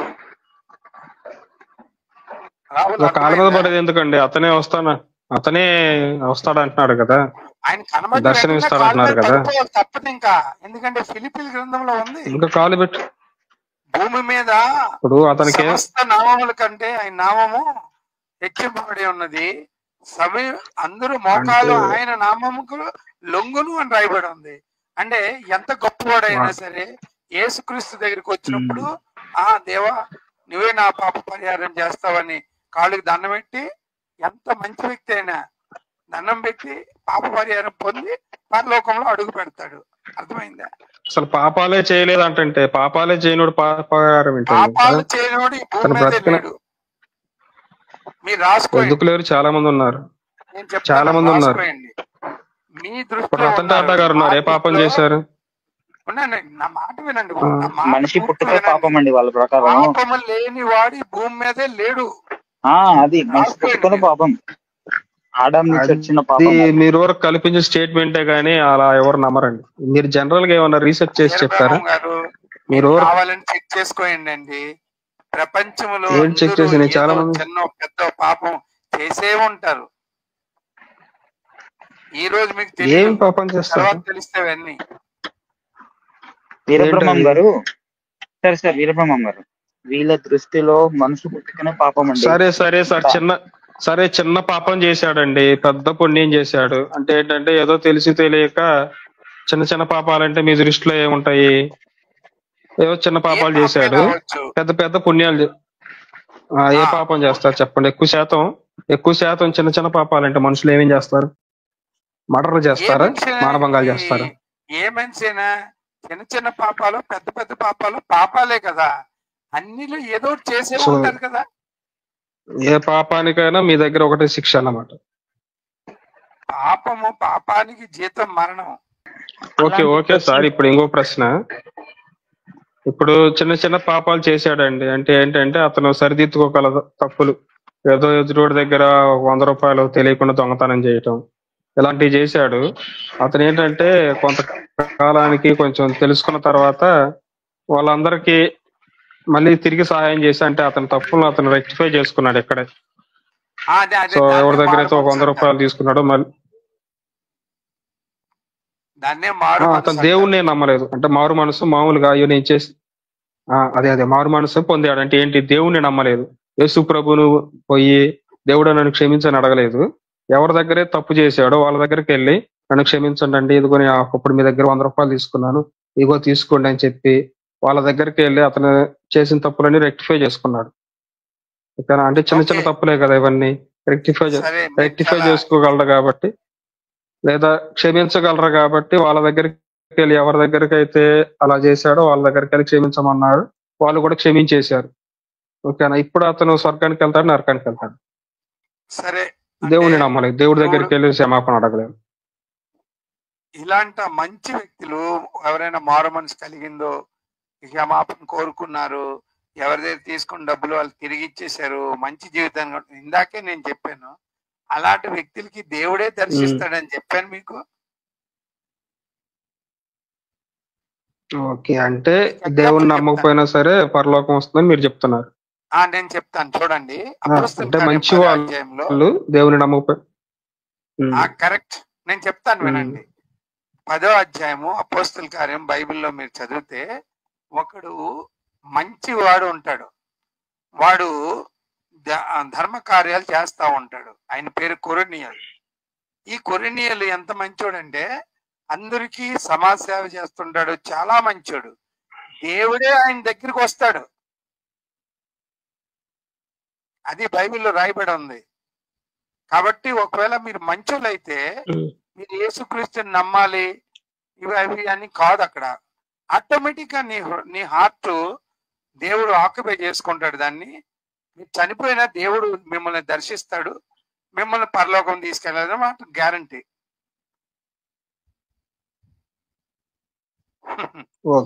నాకు తెలుసు బైబిల్ ఆ ఎగ్జాంపుల్ కూడా ఉంది. సో ఇంతవరకు బాగుందండి. అంటే ఏంటంటే ఇక్కడ మీ విశ్వాసం మా విశ్వాసం రెండు మ్యాచ్ అయ్యాయి. మా విశ్వాసం కూడా ఏంటంటే మంచి వాళ్ళు నువ్వు ఒక దగ్గర మ్యాచ్ అవ్వలేదు. ఎందుకంటే మీరు పాప పరిహారం అనేది కేవలం క్రీస్తు ద్వారా జరుగుతుంది అనేది మీరు ఐడెంటిఫై చేయరు, కానీ మేము ఐడెంటిఫై చేస్తాం. అక్కడే మీకు అవునండి, అలా చేయకపోయినా సరే స్వర్గం వస్తుందని చెప్పారు కదా మీరు. అదొక చేయకపోయినా సరే యేసు దర్శించుతాడు, దర్శించిన తర్వాత ఆటోమేటిక్ గా పరలోకానికి వెళ్తాడు. యేసు దర్శించినా సరే అతని మోకాళ్ళ మీద పడి అతను అడగాల్సిన అవసరం లేదు. ఎందుకంటే ఇతను పాప క్షమాపణ అంతా ఎవరి దగ్గర అయితే పాపం చేశాడో వాళ్ళు క్షమించేశారు. ఇతను పోయి యేసు క్రీస్తు దగ్గరకు పోయి ప్రభువా నన్ను క్షమించు అని అడగాల్సిన అవసరం అతనికి లేదు. ఇంకా ఒకవేళ ఈ రాత్రే యేసుక్రీస్తు నీకు దర్శిస్తే రేపు ఉదయం నుంచి మీరేం చెప్తారు? యేసుప్రభువే దేవుడు రాజుగారు మీకు తెలియదని రివర్స్ చెప్తారు నాకు. అవునండి, దర్శిస్తే చెప్తాను. ఇప్పుడు దర్శించగానే మరి అది యేసు ప్రభువా నేను కష్టాలు నేను అన్ని తప్పులు ఇప్పుడు మీరేంటి నేను అన్ని పాపాలు చేశాను క్షమించండి అది చెప్తున్నారు మీరు దాని గురించి చెప్పండి. ఇప్పుడు యేసు ప్రభు ఎవరిని దర్శిస్తాడు? అన్ని మంచి చేసిన వాళ్ళనే దర్శిస్తాడు. అంటే నన్ను దర్శించాడని దాని అర్థం ఏంటి? మంచి చేసిన నేనేం వాళ్ళు కూడా పాపాలు చేయలేదని. మీరు ఒక విషయం అర్థం చేసుకోవట్లేదండి. పరలోకానికి ఒక గేట్ ఉందండి. ఆ గేటే యేసుక్రీస్తు అండి. మీరు దేవుడు దర్శించిన వాడు కూడా అందులో ఉండండి. బైబిల్ ఆ గేటు దేని బేస్ చేసుకొని ఓపెన్ అవుతుంది? అది వినండి. మీరు కాన్సెప్ట్ అర్థం చేసుకుని మీకు అర్థమవుతుంది. ఆ గేట్ నుంచే వెళ్ళాలండి లోపలికి. ఆ గేటే యేసుక్రీస్తు. ఆయన అంటాడు నేను ఐ ఆమ్ ద డోర్. పరలోకానికి నేనే డోర్ను అంటాడు, తలుపును అంటాడు. ఏ వ్యక్తి అయినా అందులో వెళ్ళాలి, తప్పదు. ఏ ఏ రిలీజియన్ కి చెందినోడైనా అందులోనే వెళ్ళాలా. ఎందుకు అందులో నుంచి వెళ్ళాలా? వాళ్ళకి అక్కడికి వెళ్ళిన తర్వాత ఆటోమేటిక్ తెలిసిపోతుంది ఈ డోర్ అనేవారు యేసుక్రీస్తే అని. టెక్నిక్గా వాడు దండం పెడతాడు, వెళ్ళిపోతాడు లోపలికి. మంచోడైతే మంచోడు కానాడు ఆటోమేటిక్ బయటికి తోసివేయబడతాడు. అది ఇప్పుడు మంచివాడైతే లోపలికి వెళ్తాడు. ఓకేనా? మంచివాడైతే ఆటోమేటిక్ గా డోర్ తీస్తాడు యేసు ప్రభు. మంచివాడైతే ఆటోమేటిక్ గా. Okay sir, okay. ఇప్పుడు నాకు ఫైనల్ గా ఒక్కటి చెప్పండి. ఇప్పుడు మంచి వాళ్ళు దేవుడి దగ్గరికి వెళ్ళి అతని దగ్గర మోకాళ్ళ మీద పడి అతన్ని ప్రాయశ్చిత్తపడాల్సిన అవసరం లేదు. దేవుడా నా పాపాలు క్షమించు, ఇంకా ఇవన్నీ అవసరం లేదు. మంచి వాళ్ళు కాబట్టి ఆటోమేటిక్ గా దేవుడు తీసుకెళ్తాడు. దేవుడు ఒకవేళ మంచి వాళ్ళకి దేవుడి గురించి తెలియకపోయినా సరే అతనే వచ్చి దర్శనం ఇస్తాడు. అవును, ఉన్నారండి? అవును, అంతే కదా? అంతే. ఓకే. ఇప్పుడు అలా చెడ్డ వాళ్ళకి కూడా ఏమైనా దర్శనం ఇస్తాడండి? ఏంటండి? చెడ్డ వాళ్ళకి అలా ఏం దర్శనం కూడా? చెడ్డ వాళ్ళకంటే మీకు ఇప్పుడు ఫోటో పెట్టాను చూడండి, ఆ ఛానల్లో చూసారా? ఛానల్లో ఆ ఫోటో చూడండి, తర్వాత ఫోన్ నంబర్ నోట్ చేసుకోండి. మీరు నోట్ చేసుకొని రేపు మీరు ఫోన్ చేయండి. ఆయన పేరు కిరణ్ పాల్. ఆయన పేరు కిరణ్. ఓకే, నేను చెప్తాను ఈయన కథ. ఈయన ఎన్నో మర్డర్లు చేసిన వ్యక్తి, అబద్ధం కాదు, నిజం. ఈయన అవనగడ్డ ఊర్లో ఉంటున్నాడు. అతను కర్నూలు డిస్ట్రిక్ట్ అన్నమాట. అక్కడ ఈయన తాత పేరు కృష్ణంరాజు. అది చాలా డబ్బులు అన్నమాట. ఓకేనా? స్టోరీ చెప్తున్నాను. ఈయన ఆ కుటుంబంలో పుట్టాడు. సినిమా హాల్ ఉండేది. ఏం చేశారంటే చిన్నప్పుడే ఫ్యాక్షనిస్టులు కాబట్టి ఈయన చేతులతోనే కొద్దిమందిని నరికేశాడు, ఇతను చంపేశాడు. అయితే ఈయనకి జైలు శిక్ష పడ్డది. జైలు శిక్ష పడితే కోర్టులోను ఈయనకి జైలు శిక్ష పడితే ఈయనకి బెయిల్ ఇవ్వడానికి కూడా ఎవరు రాలేదట. ఈయన పరిస్థితి అలాగైపోయింది. ఈయన చుట్టాలు ఈయనకు వదిలేశారు. ఈయన రాజకీయ నాయకులు ఈయనకు ఎవరి కోసం పనిచేస్తే అందరూ వదిలేస్తే ఈయన జైల్లో మగ్గుతా ఉన్నాడట. ఎవరు బెయిల్ కాగితం కూడా పెట్టలేదట, ఎవరు లేరు కాబట్టి ఆడికి. కానీ లాస్ట్ లోను ఒకరోజు ఆ జైల్లోనూ ఎవరో సువార్త చెప్పారు, మీరు జైలు నుంచి బయటపడాలంటే మీరు యేసు ప్రభు ప్రార్థన చేయండి, దేవుడు నీకు బయట లాగుతాడని. అంటే అవునా అని ప్రార్థన చేశాడట. ప్రార్థన చేసిన వెంటనే ఎవరో ముక్కు ముఖం తెలియనోడు ఈయనకి బెయిల్ అప్లికేషన్ తీసుకొచ్చి బయటికి తీసుకొచ్చారట. ఆయన చెప్తాడు, ఆయన సొంత మాటల్లో మీరు వినండి. నేను ఆయనతో ఫోన్ చేశాను, మాట్లాడాను. ఎందుకు అబద్ధాలు చెప్తారండి? అంత అవసరం అబద్ధాలు చెప్పడానికి? ఆయన ఎంత ఆస్తిపరుడు తెలుసా? ఎన్నో పాపాలు చేశాడు, ఎన్నో మర్డర్లు చేశాడు, ఎన్నో చేశాడట. చెప్తే మీకు అసలు దిమాగ్ ఖరాబ్ అవుతుంది వినడానికి. ఆయన లైవ్ వీడియోలు కూడా ఉన్నాయి. ఇప్పుడు యేసుప్రభు నమ్ముకొని వాక్యం బోధిస్తున్నాడు. యేసుప్రభు నమ్ముకొని అవసరం ఏమొచ్చింది అతనికి చెప్పండి? అది మరి మీరు నెంబర్ తీసుకొని రేపు ఫోన్ చేయండి. వీరబ్రహ్మం గారు ఎవరైనా అబద్ధాలు చెప్తారు కానీ నేను మాత్రం చెప్పనండి. కారణం ఏంటంటే మీరు చెప్పే అబద్ధాలు నేను ఇప్పుడు అనలేదండి. నేను జస్ట్ సిద్ధాంతపరంగా నా డౌట్స్ అడుగుతున్నా లేదు, అంతే. సిద్ధాంతపరంగా మన ఇద్దరం మనుషులము, మన మానవ జాతికి చెందిన వారము, ఇంతే నాకు తెలుసు. ఓకే, ఒక జీవిత సత్యం నాకు తెలిసి ఏంటంటే మనం అందరము మనుషులము, దట్స్ ఆల్. ఈ జాతి మత కులం అంతా మనుషులు సృష్టించారు. ఓకే, మన ఇద్దరిలో ఒకే ఆత్మ వెళ్తుంది, అది దేవుడు ఆత్మ, ఇది సత్యం. సో ఓకే, నేను కూడా వాడపల్లికి చెందిన వాడిని, నేను చదువుకున్నాను, నేనేమైనా పోనీ ఏమైనా దేనికైనా లోబడే వ్యక్తిని కాదు, జాబ్ హోల్డర్ను. కానీ నేను యేసుప్రభుని నమ్ముకోవడానికి కారణం ఏంటనుకున్నారు? అది నిజం కాబట్టి నమ్ముకున్నాను, అంతే. నేను యేసుప్రభువునే ఫాలో అవుతాను కానీ ఎవరిని విమర్శించను. నెక్స్ట్ నేను దేన్ని విమర్శించను.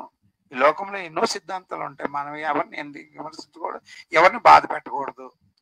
ఓకే, నేను ఇప్పుడు చెప్పిన కొన్ని మాటలు మీకు ఏ క్రైస్తవుడు చెప్పడు. ఎందుకు చెప్పడు? వాళ్ళకి అనుభవాలు ఉండవు.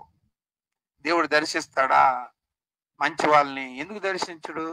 ఖచ్చితంగా దర్శిస్తాడు. ఓకే, అలాగే చెడ్డ వాళ్ళని కూడా దర్శిస్తాడు. ఎట్లా? ఇప్పుడు ఈ జైల్లో ఉన్న వ్యక్తి కిరణ్, మీరు ఆయన ఫోన్ చేయండి, ఎక్కడ దర్శించాడని అడగండి. బైబిల్లోనూ పౌలు ఉన్నాడు. పౌలు ఎంత చెడ్డవాడు తెలుసా? ఎన్నో మందిని చంపాడు, అలాంటి వాడిని క్రైస్తవుల్ని హింసించాడు, అలాంటి వాడిని యేసుప్రభు దర్శించి ఆయన బాగు చేశాడు. అపోస్తల కార్యము 7వ అధ్యాయంలో ఉంటాయి మాటలు, 7 కాదు 11, 12లో ఉంటాయి. ఓకే ఓకే ఓకే సార్, ఇప్పుడు మీరు చాలా ఎగ్జాంపుల్స్ చూపించారు. ఇప్పుడు ఇలాంటి ఎగ్జాంపుల్స్ నేను కూడా మా మతం నుంచి చాలా చూపించగలను. చూపించండి, దేవుడు ఒక్కడే. ఇప్పుడు నేను దేవుడు ఒక్కడే, మీరు అది నమ్ముతారు కదా, అదే నమ్ముతారు కదా మీరు, దేవుడు ఒక్కడేనని. సో ఇప్పుడు ఏ పేరుతో పిలిచినా కానీ దేవుడు ఒక్కడే. దేవుడు ఒక్కడే, ఏ పేరుతో పిలిచినా నమ్ముతారు కదా? ఖచ్చితంగా నమ్ముతాను, ఏ పేరుతో పిలిచి. సో ఇప్పుడు హిందువులు పూజించేది కూడా ఆ దేవుడినే కదా? ఎవ్వరు పూజించినా ఆ దేవుడికే, కానీ ఓన్లీ ప్రాబ్లం ఏంటంటే they don't understand God well. అది ఎవరు అండర్స్టాండ్ చేసుకోరు. ఎవరైనా సరే, ఎవరైనా సంపూర్ణంగా అర్థం చేసుకున్నాడు వాడి పరిస్థితి వేరేగా ఉంటది, అర్థం చేసుకోలేనివాడి పరిస్థితి వేరేగా ఉంటది. ఇప్పుడు దేవుని అర్థం చేసుకోవాల్సిన అవసరం ఏంటండి? దేవుని అర్థం చేసుకొని మనం చేయాల్సింది అంటే మంచిగా బ్రతకటం, అంతే కదా. దేవుడు మనం అర్థం చేసుకోవటం వల్ల మనం చేయగలిగేది ఏంటి? అయ్యో నేను తప్పు చేస్తే నాకు పరలోకంలో శిక్ష ఉంటుంది, నేను మంచి చేస్తేనే నాకు పరలోకంలో ఎంట్రీ ఉంటుంది. అదే కదా ఎవరైనా కానీ దేవుని తెలుసుకోవటం వల్ల చేసేది. అది ఏ దేవుడినైనా సరే అవుతున్నాడంటే ఆడు అర్థం చేసుకున్నాడని లెక్క. అదే కదా, ఇప్పుడు మీ దేవుడు ఏ పేరైనా కానీ, ఇప్పుడు మా హిందువు అయినా కానీ మీ క్రిస్టియన్ అయినా కానీ, దేవుని తెలుసుకోవటం వల్ల వాడు చేయాల్సింది ఏంటంటే మంచి చేయాలి. సో ఇప్పుడు మా హిందువుల్లో కూడా ఇప్పుడు అందరూ ఇప్పుడు మంచి చేసే వాళ్ళు అన్ని చోట్ల ఉన్నారు, చెడు చేసే వాళ్ళు అన్ని చోట్ల ఉన్నారు. ఇప్పుడు క్రిస్టియన్సే మంచోళ్ళు, హిందువులు మంచోళ్ళు కాదని చెప్పడానికి ఏ సర్వే లేదు. ఓకేనా? చెప్పం. ఇప్పుడు ఎందుకని మరి మత మార్పిడి అని చెప్పి ఇవన్నీ చేయటం? మా సువార్తను తీసుకోండి, ఇప్పుడు మీరు చేసేది మంచిది కాదు, మా దేవుని నమ్ముకోండి, ఇలా అని చెప్పి సువార్తల కోసం తిరిగి ఈ మతంలోకి మారండి అని చెప్పడం, దానివల్ల లాభం ఏంటంటారు మరి? చూడండి, సువార్త చాటమని చెప్పింది యేసుప్రభు, కాబట్టి అది క్రైస్తవులు చాటుతారు. అది చాటకపోయినా వచ్చే ప్రాబ్లం ఏం లేదు.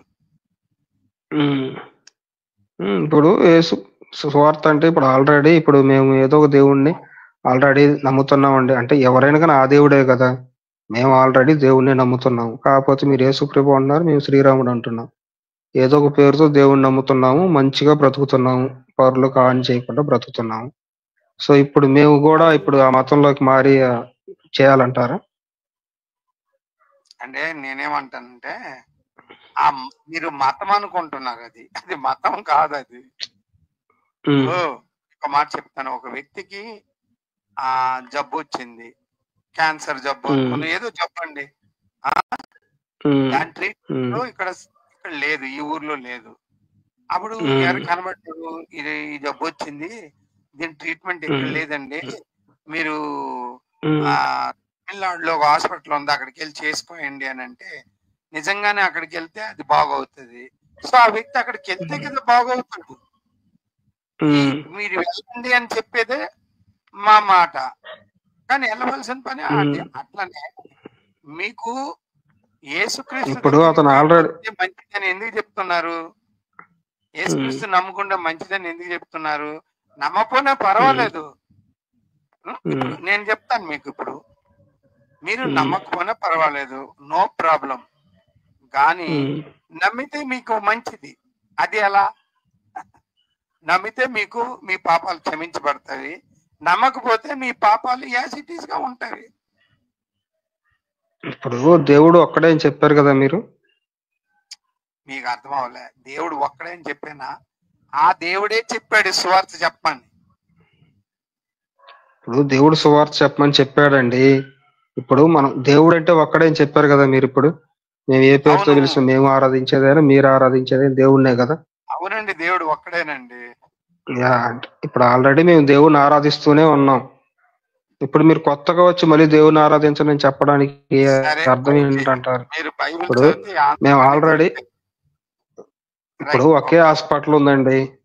ఇప్పుడు ఉంది ఒకటే హాస్పిటల్, మంచి హాస్పిటల్. నేను ఆల్రెడీ హాస్పిటల్లో ట్రీట్మెంట్ తీసుకుంటుంటే మీరు హాస్పిటల్కి వచ్చి సార్ ఈ హాస్పిటల్లో ట్రీట్మెంట్ తీసుకోండి అంటే ఇంక దాని అర్థం ఏంటి? ఇంకా నేను ఆల్రెడీ హాస్పిటల్లో ట్రీట్మెంట్ తీసుకున్నా, కానీ దేవుడు ఒక్కడే కదా ఉంది. ఒకటే హాస్పిటల్ ఉన్నప్పుడు ఎవరు చెప్పరు.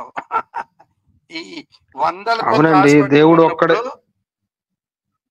అవును, కానీ దేవుడు ఒక్కడే ఉన్నాడు కాబట్టి చెప్పాల్సిన అవసరం లేదు. వందల కొద్ది హాస్పిటల్ ఉన్నాయి కాబట్టి చెప్పాలి, కానీ దేవుడు ఒక్కడే ఉన్నాడు కాబట్టి చెప్పాల్సిన అవసరం లేదు. సరే కానీ ఒకటి కావాలా, నేను నీతిగా బ్రతకాలి, మంచిగా ఉండాలి, చాలా అనేకులకి మనము ఆశీర్వాదంగా ఉండాలనేది అది ఖచ్చితమైన రిక్వైర్మెంట్.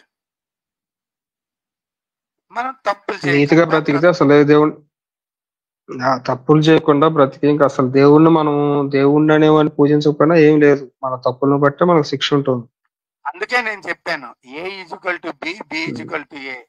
దాని అర్థం ఏంటంటే, సో ఇక్కడ ఎథిస్టులైనా సరే నాస్తికులైనా సరే ఇక్కడ వాళ్ళు చేయాల్సింది ఏంటంటే ఉన్నంతసేపు మంచిగా బ్రతకటం అంతే. దేవుని వాళ్ళు పూజించకపోయినా అసలు వాళ్ళు దేవుడు జోలి పోకపోయినా కానీ ఏం కాదు, మంచిగా బ్రతికితే చాలు.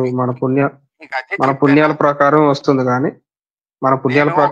కానీ ఇప్పుడు దేవుని తెలుసుకొని అదే ఇప్పుడు మీరు సువార్తలు తీసుకొచ్చి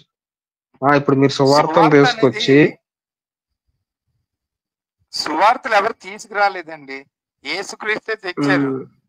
ఒకవేళ యేసుక్రీస్తు తెచ్చాడు. ఇప్పుడు మీ దృష్టిలో ఎవరో తీసుకొచ్చారని మీరు అనుకుంటున్నారేమో, కానీ ఎవరో తీసుకురావడం అంటే ఇప్పుడు సువార్తలు తీసుకొచ్చి ఎల్లమిటి అలా ప్రచారం చేస్తుంటారు కదా. సో మారు మనసు పొంది మా దేవుణ్ణి నమ్మితే మీకు ఇలా జరుగుతుంది అలా జరుగుతుంది అని చెప్తుంటారు కదా. సో అవన్నీ అవసరం లేదు అని చెప్తున్నాను నేను. మీరేం చెప్పాలంటే మీరు మంచిగా మనసు మార్చుకొని మీరు మంచి పనులు చేయండి, మంచి పనులు చేస్తే దేవుడు క్షమిస్తాడు అని చెప్పాలి. అది చెప్తే సరిపోతుంది. ఇంకా యేసు ప్రభు మన కోసం శిలువలో చనిపోయాడు, అతను మన కోసం చనిపోయాడు అని అతను నమ్మితేనే మనకు స్వర్గం ఉంటుంది అనేది అవసరం లేదు. మీరు యేసు ప్రభు ఏం చెప్పమన్నాడు అది మేము చెప్తాం, కానీ మీరు చెప్పమంది మేము ఎలా చెప్తామండి? యేసు ప్రభు చెప్పమన్నాడండి. ఇప్పుడు యేసు ప్రభు ఎందుకు చెప్పమంటాడు? యేసు ప్రభు ఏం పిచ్చోడేం కాదు కదా, ఎలా పడతాలో చెప్పమంటాడు. ఒక కారణం ఉండాలి కదా. సో ఏం కారణం? అందరిని మంచిగా మార్చడం. ఏ దేవుడైనా సరే మంచిగా ఏ తప్పు చేయకుండా మనుషులు మార్చడమే కదా కారణం. దేవుడైనా కాన్సెప్ట్ మాట్లాడకూడదు, మేము ఒకటే కాన్సెప్ట్ మాట్లాడాలి. అంటే దేవుడు ఒక్కడే, ఆయనే యేసుక్రీస్తు. ఒకవేళ అదేనండి, దేవుడు ఒక్కడే. మనం ఏ పేరుతో పిలుచుకున్నా గానీ దేవుడు ఒక్కడే. ఆ దేవుడు కాన్సెప్ట్ ఏంటంటే మనల్ని మంచిగా బ్రతకనివ్వడం అంతే. అంటే మనల్ని పాపాలు చేయకుండా మంచి దోవలో పెట్టడమే దేవుడి పర్పస్. దేవుడు మెయిన్ ఉద్దేశం ఏంటంటే మనము పాపము చేయకుండా బ్రతకాలని ఆయన ఉద్దేశం అండి. ఓకే, అంటే ఇప్పుడు పాపం చేయకూడదు, నరకానికి వెళ్ళకూడదని దేవుడి ఉద్దేశం అండి. ఈ 2 పాయింట్లు బట్టి మానవుడు ఇప్పుడు పాపం చేయకుండా ఉన్నవాడు ఇంకా పాపం చేయకుండా ఉంటే చాలు, ఇంకా దేవుడితో సంబంధం లేదు మనకు. ఇప్పుడు నేను కాదండి, దేవుని నమ్మకపోయినా ఏం కరెక్ట్, కాదు. చాలా కరెక్ట్ దేవుని చెప్పారు. నమ్మకపోయి అయితే చాలా ఉమ్. రైట్ పాయింట్ చెప్పారు. అయితే పాపం లేనివాడు మనిషి లేడు భూమి మీద. మళ్ళీ పాపం గిర్రకు తిరిగి లేనివాడు దేవుడు మనిషి లేడు. అవసరం వచ్చింది మనకి. అవునండి, నేను ఇప్పుడు ఇందాక పాపం లేనివాడు మనిషి మాట్లాడాము, లేడు. పాపం పాపం లేనివాడు లేకపోతే ఈ లోకంలోనే లేడు. అవునండి, పాపం ప్రతివాడు చేస్తే ఏదో ఏమవుతుంది? పాపం ఆటోమేటిక్ గా చేశాడే. నరకానికి వెళ్తాం. పాపం నేను చేస్తే అదే నరకానికి అంటున్నాను, వెళ్తాము. ఉమ్. పాపం లేనివాడే లేడు. ఇక మరి లేనప్పుడు అవును, కంపల్సరీ దేవుడు కావాలి. దేవుడితో ఏం అవసరం అప్పుడు? పాపం పాపం చేసినప్పుడు లేనివాడు దేవుడితో ఏం అవసరం? పాపం లేనివాడు అంటే ఏంటి అర్థం? అందరూ నరకానికి వెళ్ళిపోతారని అర్థం. ఓకే, ఉమ్. ఉమ్. అంటే పాపం లేనివాడు అంటే నువ్వు కూడా పాపం చేసావు, నేను చేశాను, మరి అందరూ ఉమ్. చేశారు, మనందరూ నరకానికి వెళ్ళిపోతాం. మరి ఉమ్. ఈ నరకం నుంచి నువ్వు ఎలాగ తప్పించుకుంటావు? యేసుక్రీస్తు ఒక బ్రిడ్జ్ లాంటి వాడు, తప్పించుకునే మార్గం. అది ఏ రకంగా? ఏ రకంగా? ఉమ్. ఆయనే చెప్పాడు కదా, పాపుల రక్షించుటకు మనిషి కుమారుడు అవతరించినని. మనిషి కుమారుడు అవతరించి ఏ రకంగా రక్షిస్తున్నాడు అంటే, అవతరించను. ఇప్పుడు నేను తప్పు చేసి జడ్జి దగ్గరికి వెళ్ళి ఒక లంచం కడితే క్షమించి వదిలేసినట్ట, లేకుంటే ఇంకేదా? వెళ్ళిపోకండి, నేను ఒక మాట చెప్తాను. అదేనండి, మీరు నేను ఇప్పుడు ఏ రకంగా క్షమిస్తున్నాడు? ఒకసారి చెప్పేదండి. నేను పాపం చేసింది రైటే కదా? పాపుల్ని వెతికి రక్షించుటకు మనుష్య కుమారుడు అవతరించెను. దీని అర్థం ఏంటి చెప్పండి మీరు? ఏంటి అర్థం? మీరే చెప్పాలి. ఏమి మీరు చెప్పలేరా? పాపులను రక్షించడం ఏంటండి? పాపుల్ని మార్చి మంచిగా బ్రతికేలా చేయడానికంటే ఒక అర్థం ఉంటుంది. పాపులను రక్షించడం అంటే ఏంటి? దాని అర్థం ఇదే. పాపం చేసిన వారిని, ఒరే నాయన నువ్వు పాపం చేయకురా అని చెప్పి మంచి మార్గంలో తీసుకెట్టడమే అని అర్థం. అది ఓకే, అంటే మంచి మార్గంలోకి మార్చండి అని చెప్పాలి, అంతే కదా? చెప్పడం కాదు, దీని అర్థం అదే. యేసుక్రీస్తు స్పెషల్లీ పాపుల కోసమని వచ్చాడు. ఆయన వచ్చిందే నీతిమంతుల కోసం. బైబిల్ చదవండి, మీకు అర్థమవుతుంది.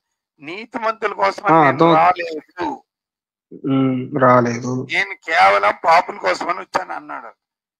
సో ఒకవేళ నీ మనసులో నేను పాపిని ప్రభు అని అంటే, ఆయన ఆ పాపాన్ని తీసే డాక్టర్ అన్నమాట. ఇప్పుడు నేను వేరే వాళ్ళకి ఎవరికో తప్పు చేశానండి, చెప్పండి పాపము. అవునండి, పాపం అంటే క్యాన్సర్ కన్నా దారుణమైన జబ్బే. నేను పాపం చేశాను. ఇప్పుడు నేను పాపం ఎవరికో ఏదో అన్యాయం చేస్తేనే కదా పాపం.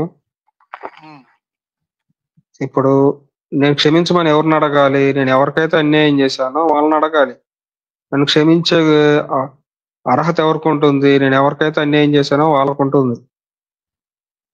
ఇప్పుడు వాళ్ళకి నేనేమి చేయకుండా నా నుంచి వాళ్ళు నష్టపోయి నేను దేవుడి దగ్గరికి వెళ్ళి, దేవుడా నన్ను క్షమించు అంటే దాని అర్థం ఏంటి? నేను దేవుడికి ఏమైనా ద్రోహం చేశానా? మరి ఒకసారి మ్యాక్బెత్ అని గూగుల్లో కొట్టండి, ఆ లెసన్ ఒకసారి చూడండి. దాంట్లో ఒకడు ఏం చేస్తాడంటే, ఒక మంత్రి ఉంటాడు. అది లెసన్ విలియం షేక్స్పియర్ గారు రాసిన లెసన్. ఓకేనా? మీరు ఆ లెసన్ చదవండి, చాలా ఇంట్రెస్టింగ్ స్టోరీ. ఒక రోజు ఒక మంత్రి తాలూకు వైఫ్ ఉంటది, సేనాధిపతి తాలూకు వైఫ్. ఆ వైఫ్ అంటది, నువ్వు ఎప్పుడు రాజు అవుతావు అని అడుగుతుంది ఆడిని. ఆడంటాడు, మా రాజు ఉన్నాడు కదా, నేనెందుకు రాజుని అవ్వాలి?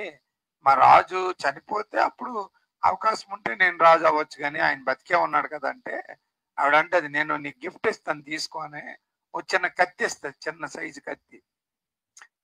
చిన్న కత్తి ఎందుకు ఇచ్చావు? నేను సైనాధిపతి, నా దగ్గర పెద్ద పెద్ద కత్తులు ఉన్నా కదా అంటే, అరే పిచ్చోడా, ఈ కత్తి ఇచ్చింది దేనికి తెలుసా? నువ్వు వెళ్ళి ఆ రాజుని చంపేసి రెండో రోజు నువ్వే రాజు అయిపో అని చెప్తుంది. వాడంటాడు, వద్దు, అది మహాపాపము, నా మీద నమ్మకము రాజుకి. ఆ రాజు నేను తప్ప ఎవరికి కూడా రాత్రిపూట లోపల రానివ్వడు. దేశమంతా, రాజ్యమంతా నాకే నమ్ముతుంది. యుద్ధంలో నేనే వెళ్తాను, రాజ్యాలు గెలిచి రాజుకి ఇస్తాను. అందరు నా యందు నమ్మికొస్తారు, సైనికులు అందరూ కూడా. అలాంటి పాపం చేయకూడదంటే అలా ఆవిడంటది, ఒరే పిచ్చినాయాలా, పాపము పుణ్యం ఏముందిరా, చంపే నువ్వు రాజు అయిపోతావని చెప్తే ఆడు వద్దు వద్దు వద్దు అని ఆడు భార్య వాడిని ఫోర్స్ చేస్తుంది. పాపం అంటే ఏటో చెప్తున్నాను వినండి. అప్పుడు ఆడేం చేస్తాడంటే భార్య మాటలు విని ఆ రాత్రిపూట వెళ్ళి ఆ రాజుని పడుకున్న బెడ్ మీదే చంపేస్తాడు. చంపిన తర్వాత ఇలా చప్పట్లు కొడతాడు. కొట్టిన వెంటనే సైనికులు వస్తారు. వాళ్ళు వచ్చి ఏమంటారంటే వచ్చి ఏమంటారంటే ఎవరు చంపేశారు అంటే శత్రువులు వచ్చారు చంపేసారు రాజునంటే. సరే అని అక్కడ 3 రోజుల తర్వాత ఆయన సేనాధిపతి రాజుగా కూర్చుంటాడు వెళ్ళి కద్దీలు. అలా ఆవిడ అంటది, చూసావా నా ప్లాన్ వర్కౌట్ అయింది అని అంటాడు. ఆడేమంటాడు తెలుసా, నా రాజుని చంపేసి నేను చాలా తప్పు చేశాను, ఈ ఈ ఈ పాపానికి నాకు ప్రాయశ్చిత్తం ఎలా జరుగుతుంది అని అంటాడు. అనేసి రోజు అన్నం తిన్నప్పుడు చేతులు కడుక్కుంటుంటాడు. మీరు వెళ్ళి చదవండి ఆ స్టోరీ. అది ఎంత బాగా రాశారు విలియం షేక్స్పియర్ అంటే మరి అసలు చదివే వాళ్ళకి ఎలాగ అనిపిస్తుంది అలాగా. చేతులు కడిగితే ఆ చేతులు ఎర్రగా కనబడుతుంటాయి, ఎర్రగా బ్లడ్తో ఉన్నట్లు వాడికి ఆ ఊహ చంపేసినప్పుడు ఆ రక్తం కనబడతా ఉంటే రోజు రాత్రి అంతా నిద్ర రాదు. ఎన్నో రాత్రులు ఆడికి నిద్ర రాదు, ఆడికి మనశ్శాంతి ఉంటుంది. ఆడు చనిపోయినప్పుడట అది ఎలా చనిపోయాడు తెలుసా, ఈడు ఆ బాధతోనే ఈ యొక్క బాధ పాపం వాడికి వెంటాడి వెంటాడి వెంటాడి వెంటాడి చివరి వరకు ఈ బాధ తట్టుకోలేక ఆడికాడే వెళ్ళిపోయి ఆ యుద్ధంలోనూ ఆడికాడే పొడుచుకొని చచ్చిపోతాడు లాస్ట్ కి. అంటే నేనేమంటానంటే ఇలాంట పాపము మనిషిని విడిచిపెట్టదు లాస్ట్ వరకు. అర్థమైంది ఆ పాపం అంటే? అది చాలా గ్యూర్సమ్, ఇంగ్లీష్ లో గ్యూర్సమ్ అంటారు. ఇలాంటి భయంకరమైన పాపాలు ప్రతి మనిషి ఏదో రకంగా ఎలాగైనా తప్పించుకుంటాం చెప్పండి. దానికి ఏ పరిహారం? మీ కర్మ సిద్ధాంతం ప్రకారంగా అయితే కంపల్సరీ అడిగి పనిష్మెంట్ ఉండాలా, కంపల్సరీ పనిష్మెంట్ ఉండాలి. కానీ ఉంటుంది. ఎందుకంటే చెప్తా వినండి. ఎందుకంటే వాడేం తిక్కలోడేం కాదు. రాజుని చంపమని వాళ్ళ భార్య ఫోర్స్ చేసినా సరే వీడు మంచోడైతే విచక్షణ కలిగినోడైతే నేను రాజుని ఎందుకు చంపాలి, రాజుని చంపాల్సిన అవసరం ఏంటి, నాకేమన్నా అతను ఏమైనా ద్రోహం చేశాడా ఇదని చెప్పి నిలదీసి వాళ్ళ భార్యకి బుద్ధి చెప్పాలి. అంతేగాని భార్య చెప్పినట్టు ఈయన చిక్కలోలాగా పోయి రాజుని చంపాడంటే అది వాడు చేసిన తప్పే, అది క్షమించరా అని తప్పు. అర్థమైందా? మీరేంటంటే ప్రతి ఒక్కదానికి క్షమిస్తాడు అంటారు. మీరు ప్రతి ఒక్కదానికి క్షమిస్తాడు అంటారు. వాడు చేసే ముందు ఆలోచించాలి, వాడికి అంత విచక్షణ జ్ఞానం లేదా, వాడేమన్నా చిన్నపిల్లవాడా, లేకుంటే ఏమన్నా ఫ్రాన్స్ లో తీసుకెళ్లి చేసిందా? వాడు సొంతగా ఆలోచించి వాడు నిర్ణయం తీసుకొని చేశాడు కాబట్టి అది తప్పే. దానికి కరెక్ట్ గా ఖచ్చితంగా ఏదో ఒక రకమైన శిక్ష అనుభవించాలి.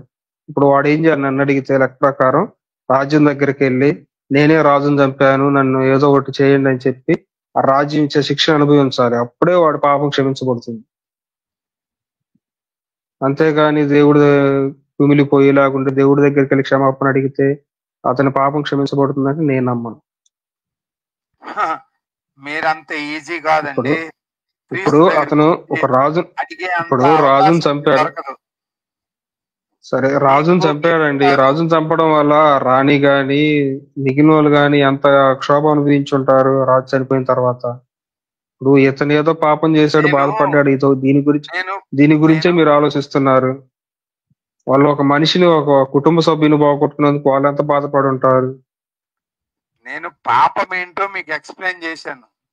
ఇలాంటివి అవునండి, మీరు పాప పరిహారం అనేది చెప్పడం. పాప పరిహారం అంటే ఏంటంటే ఇంకా డైరెక్ట్ గా దేవుడి దగ్గరికి వెళ్ళి ఇప్పుడు ఏంటి చేసిన తప్పు ఏంటో తెలుసుకొని ఆ చేసిన తప్పుకు సంబంధించిన శిక్ష ఏదన్నా వస్తే అనుభవించి, లేదా ఎవరికైతే ద్రోహం చేసామో వాళ్ళని క్షమించమని అడిగి వాళ్ళు క్షమిస్తే ఓకే, అది పాప క్షమాపణ అయిపోయినట్టు. అంతేగాని ఇక్కడ జరిగిన వాళ్ళు, ఇక్కడ శిక్షించబడిన వాళ్ళు, ఇక్కడ బాధపడుతున్న వాళ్ళు వీళ్ళందరిని వదిలిపెట్టి దేవుడి దగ్గరికి వెళ్ళి పాప క్షమాపణ అడగడం వల్ల ఇప్పుడు ఈ నష్టపోయిన వాళ్ళకి ఏమొస్తుంది? వాళ్ళ మోసం చేసినట్టే కదా. అనేది ఒక మనిషిని మనిషిగా మారుస్తుందండి. అంటే ఒక మనిషి మారాడండి. ఇప్పుడు మనిషి మారాడు, నేను కాదనడం లేదు, దానికి నేను కాదనడం లేదు. అతను పాపం తెలుసుకొని మనిషి ఒకప్పుడు రాక్షసతనం ఉన్న మనుషులు వీళ్ళు ఈ రోజు వాళ్ళు అవునండి అవునండి వాళ్ళు ఏం చేయాలంటే, ఇదిగో అండి మేము పలానా తప్పులు చేసాము, ఇవన్నీ దేవుడి దగ్గరికి వెళ్ళి ఒప్పుకుంటే ఏంటి, దేవుడి దగ్గరికి వెళ్ళి ఒప్పుకుంటే ఎవడికి తెలియదుగా వాడు తప్పు చేసినట్టు. నేను పలానా తప్పు చేశాను దేవుడి దగ్గరికి వెళ్తే చెప్తే ఏమొస్తుంది, కోర్టుకు వచ్చేసో లేకుంటే జైలుకి వచ్చేసో ఒప్పుకోవాలి. ఇలా పలానా టైంలో నేను పలానా తప్పు చేశానండి, ఇది చేశాను అది చేశానని చెప్పి ఆ కోర్టుకు సంబంధించిన ఏదైతే ఇస్తుందో, అంటే అతని మనసును అతనంతటా అతను ఒప్పుకున్నాడు కాబట్టి ఏ కోర్టు అయినా సరే కఠినమైన శిక్షలను ఇవ్వదు. దానికి సంబంధించినట్టు అతనికి ఏ పనిష్మెంట్ ఇవ్వాలి, అంటే అతని దగ్గర నుంచి ఏమన్నా రికవర్ చేసుకోవాలి అంటే రికవర్ చేసుకోవటం, అతని వల్ల ఎవరైనా నష్టపోతే ఏంటి దానికి సంబంధించిన శిక్ష ఉంటుంది. దాన్ని అనుభవించి అప్పుడు నేను ప్రతిఫలం అనుభవించానని చెప్పి ఆ పాపక్షమాపణ అది అవుతుంది. కానీ ఇక్కడ తప్పు చేసిన వాళ్ళందరికీ ఇతను తాగిపెట్టి వీళ్ళకి తెలియదు, ఇతనే ఇప్పుడు ఎవరినో చేసిన సంగతి అతనే చేశాడని వీళ్ళకి తెలియదు, కానీ దేవుడి దగ్గరికి వెళ్ళి చెప్పుకుంటాడు, దేవుడా నేను తప్పు చేశానని క్షమించాలి. దానివల్ల లాభం ఏంటి? ఇప్పుడు మా ఇంట్లో ఒక దొంగతనం చేశాడండి, నాదేదో ₹1,00,000 డబ్బు పోయింది, నేనేమో ఆ ₹1,00,000 దేనికోసం, ఇంపార్టెంట్ పని కోసం ఉంచుకున్నాను. ఇప్పుడు నేనేంటి ఆ ₹1,00,000 పోయినందుకు బాధపడతాంట, వాడేంటంటే ₹1,00,000 తీసుకొని బాగా ఖర్చు పెట్టాడు, తగలేశాడు. ఆ తర్వాత వాడు మారు మనసు పొందాడు, అయ్యో నేను అవసరంగా దొంగతనాలు అవి చేస్తాను ఐదని చెప్పి దేవుడి దగ్గరికి వెళ్ళి, దేవుడా నేను మనసులో మారిపోయాను నన్ను క్షమించు అని ఆయన దగ్గరికి పోయి చెప్తే ఏమొస్తుంది, ఎవరైతే నష్టపోయాడో వాడి దగ్గరికి వచ్చి నా దగ్గరకు వచ్చి, అయ్యా బ్రహ్మం ఒకప్పుడు నేను దగ్గర ఇలా దొంగతనం చేశాను నన్ను క్షమించు అంటే, ఇప్పుడు నేను ఒకవేళ సరే పోయింది ఏదో పోయింది కదా ఇదని చెప్పి నేను క్షమించాను అనుకోండి, అది క్షమాపణ అవుతుంది. లేదా అతని దగ్గర ఏదైనా ఉంటే, అరే నేను కష్టాల్లో ఉన్నాను రా, నన్ను అనవసరంగా నువ్వు ఇంత చేసావు కదరా, నీ దగ్గర ఉన్న ఇప్పుడు నా దగ్గర ₹1,00,000 తీసుకుని నీ దగ్గర 30,000 ఉన్నాయి, ఆ 30,000 నాకు ఎక్కువ అని చెప్పి నేను లాక్కున్నాను అనుకోండి, ఏదో ఒక రకమైన నాకు దొరికినంత లాక్కొని ఒక రకమైన శిక్ష వేసి అతను చేశాను అనుకోండి, అది పాప క్షమాపణ అవుతుంది. అంతేగాని అతను ఏం చేయకుండా అసలు నాకు దొంగతనం చేసిన విషయమే నాకు చెప్పకుండా దేవుడి దగ్గరికి వెళ్ళి ఆయన కూడా పాప క్షమాపణ ఇస్తే దాన్ని అది ప్రాయశ్చిత్తం అంటారు. మరి ప్రాయశ్చిత్తం కరెక్ట్ అంటారు, పాప క్షమాపణ కరెక్ట్ అంటారా? ప్రాయశ్చిత్తం అనేది పాప క్షమాపణలో భాగం. అది పాప క్షమాపణలో భాగం. ప్రాయశ్చిత్తం చేసుకోవాలా అవసరం లేదా? ప్రాయశ్చిత్తం పాప క్షమాపణ అంటే ఖచ్చితంగా ప్రాయశ్చిత్తం ఉండాలి కదా. హాయ్ సతీష్ గారు. ప్రాయశ్చిత్తం లేనిది పాప క్షమాపణ ఉండదని మీకు తెలీదా? యాత గారు నమస్తే. నమస్తే సతీష్ గారు. అన్నా నమస్తే. రాజన్న నమస్తే. నమస్తే. సో ఇప్పుడు మీరే ప్రాయశ్చిత్తం చెప్తున్నారండి?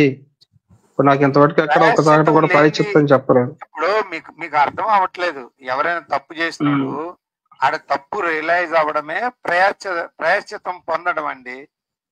రియలైజేషన్ రిపెంటెన్స్ అంటారు. రిపెంటెన్స్ అర్థం అది ప్రాయశ్చిత్తం అని అర్థం. ఓకే, నువ్వు ప్రాయశ్చిత్తం అవ్వదు, రియలైజ్ అయ్యావంటే 50% రియలైజేషన్ అంటారు అంతే దాన్ని. అది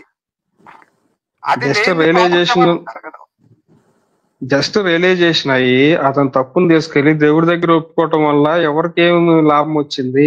అతను చేయగలిగింది అది. ఇప్పుడు ఫర్ సపోజ్ నేను ఒకటి చెప్తానండి. ఇప్పుడు మీరు ఈ స్కీమ్ లో చూపించారు, ఓకేనా? అసలు అతను వదిలేసేయండి. ఒక వ్యక్తి ఉన్నాడు, బాగా తప్పులు చేశాడు, జనాల్ని ఏదో దోసుకొని ఏదో కంపెనీ పెట్టి చేసి బాగా కోట్లు సంపాదించి ఇప్పుడు ఆ కోట్లన్నీ ఆయన దగ్గరే ఉన్నాయి. వెళ్ళి దేవుడి దగ్గరికి వెళ్ళి, అయ్యో నేను ఇలా తప్పు చేశాను దేవుడా నన్ను క్షమించు, నేను ఇక్కడి నుంచి నేను తప్పు చేయనని చెప్పి రియలైజ్ అయ్యాడు.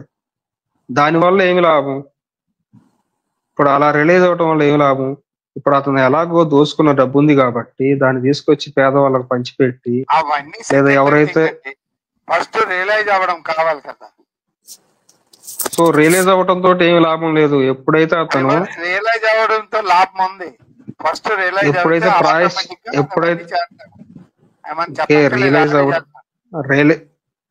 రియలైజ్ అవ్వడంతో దేవుడు క్షమించడు అన్నమాట. ఖచ్చితంగా అతను ఏదో ప్రాయశ్చిత్తం చెల్లించుకుంటా. రియలైజ్ 50% వర్క్ అయినట్లు చెప్పలేదా? ఇప్పుడు సో అంటే ఇప్పుడు మీ దాంట్లో ఇప్పుడు ప్రాయశ్చిత్తం గురించి కూడా ఉందా? ఉంది. ప్రాయశ్చిత్తం లేనిది ఒక వ్యక్తికి ఇప్పుడు వరకు నాకు ఒక్కటి కూడా చెప్పలేదు. ఇప్పుడు ఒక వ్యక్తికి ప్రాయశ్చిత్తం జరిగింది అంటే ఏంటి అర్థం? మారు మనసు వచ్చింది. మారు మనసు వచ్చిందంటే అది చేసిన తప్పు రియలైజ్ అయ్యాడు. ఆటోమేటిక్ గా వినండి, ఆటోమేటిక్ గా ఆడు వెరీ నెక్స్ట్ డే ఏం చేస్తాడు? ఆడు తప్పుల్ని సరిదిద్దుకుంటుంటాడు. ఎవరైనా ఆ రోడ్ లో కనబడి ఎవరికైనా ఇంతకు ముందు తిట్టుంటాడు, వాడికి నమస్కారం పెడతాడు. ఆడు వెళ్ళి బాబు నమస్తే అంటాడు. అప్పుడు ఆడు అంటాడు, ఏంటి మనిషి ఇంత మారిపోయాడు, ఏమైంది ఇతనికి అనుకుంటాడు. అదే మారు మనసు. ఓకే, అంటే ఇప్పుడు దానివల్ల ఇంకా దేవుడికి వెళ్ళి దేవుడిని నమ్మాల్సిన అవసరం లేదన్నమాట. ఇప్పుడు దేవుని క్షమించు, దేవుడి దగ్గర మోకరించి దేవుడు నన్ను క్షమించు అనే అవసరం లేదు. ఇంకా మీరు నాస్తికుల్లాగా మాట్లాడతారండి. మీరు నాస్తికులాగా మాట్లాడి నేనేం చేయలేను. దేవుడు అనేది ఏంటంటే ఒక స్టాంప్. ఇప్పుడు నీ జీవితంలో స్టాంప్ రాజనా, నా మీద ఎందుకంత కోపం ఉందా నీకు? ఏమి నాస్తికుల్లా మాట్లాడుతున్నావు అంటున్నారు యాత గారిని పాపం.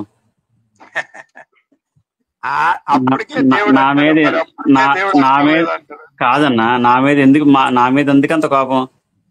నాస్తికత్వం కాదన్నా, నాస్తికత్వం ఏంటి, ఆస్తికత్వం ఏంటి, ఇదంతా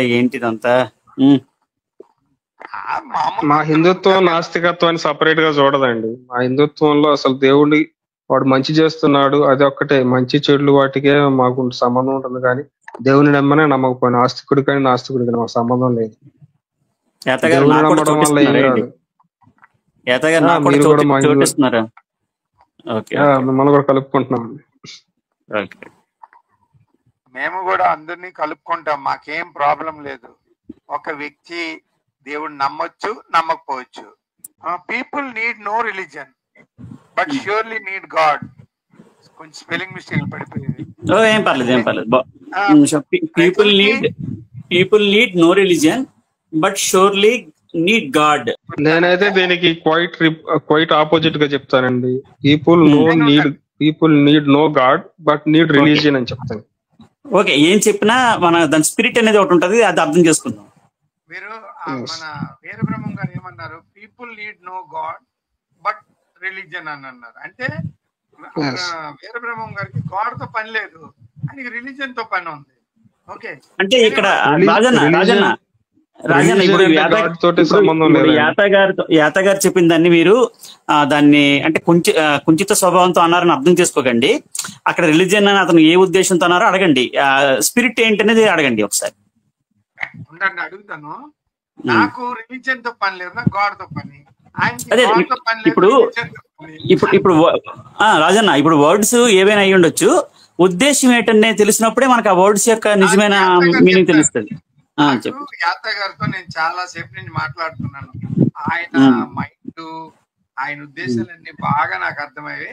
మళ్ళీ ఒకసారి చెప్పండి యాత గారు, చెప్పండి. అంటే దేవుడి కోసం దేవుణ్ణి మనం ఇది చేయాల్సిన అవసరం లేదు. దేవుడిని ఎలాగైనా పిలుచుకోవచ్చు, మన కన్వీనియన్స్ కోసం ఎలాగైనా ఏర్పరచుకోవచ్చు. కానీ రిలీజియన్ అనేది ముఖ్యం. అంటే దేవుడిని నమ్మకపోయినా పర్లేదు. అంటే దేవుడు అంటే ఏంటంటే దేవుడు మనం కరెక్ట్ గా దేవుని పూజించాలి, అది ఇదని చెప్పి దేవుడి కోసం ఏమైనా చేయాలి, దేవుణ్ణి నమ్మాలి. ఇప్పుడు మీరు దేవుణ్ణి మోకరించి చేస్తేనే అవన్నీ అవసరం లేదు. రిలీజియన్ అంటే ఏంటంటే మంచి ఒక నడవడిక నేర్పేది రిలీజియన్ నా దృష్టిలో. సో అది మటుకు ముఖ్యం, ఆ మంచి అనేది ముఖ్యం. దేవుడి గురించి చెప్పాల్సిన అవసరం లేదు. ఇప్పుడు దేవుడి గురించి చెప్పాల్సిన అవసరం లేదు. ఇప్పుడు నేను పోయి శ్రీరాముని నమ్ముకోండి అని చెప్పాల్సిన అవసరం లేదు. మీరు మంచి చేయండి అని చెప్తా, అంటే మంచి చేయండి అని చెప్పేది రిలీజియన్. శ్రీరాముని నమ్ముకోండి అనేది గాడ్. అర్థమైందా? ఇది చెప్పాల్సిన అవసరం లేదు. రిలీజియన్ ఇప్పుడు మీరు చెప్పిన దాంట్లో స్పిరిట్ మీనింగ్ ఇది. రాజన్న, ఇప్పుడు మీరు దానికి ముందుగా పెట్టారు కదా, people may need no religion but need god అనేది. అది నా point. As per me, God is one and God is an essential element of man. But there are many religions on the earth. Chala religions ఉన్నాయి. Religions important కాదు. ఒక్కొక్క religion ఒక్కొక్క విషయం చెప్తుంది. Okay, అందుకే అది ఇంపార్టెంట్ కాదు. ఇంపార్టెంట్ గాడ్ మనకి ఇంపార్టెంట్. మనిషి దేవుని దగ్గర నుంచి వచ్చాడు, చనిపోతే మళ్ళీ దేవుని దగ్గరికి వెళ్ళిపోతాడు. ఆడ ఆత్మ మళ్ళీ దేవుని దగ్గరికి వెళ్తుంది. సో గాడే ఇంపార్టెంట్ మనకి. అది అంటే బైబిల్ తో పని లేదు, క్రీస్తు పని ఉందంటారా?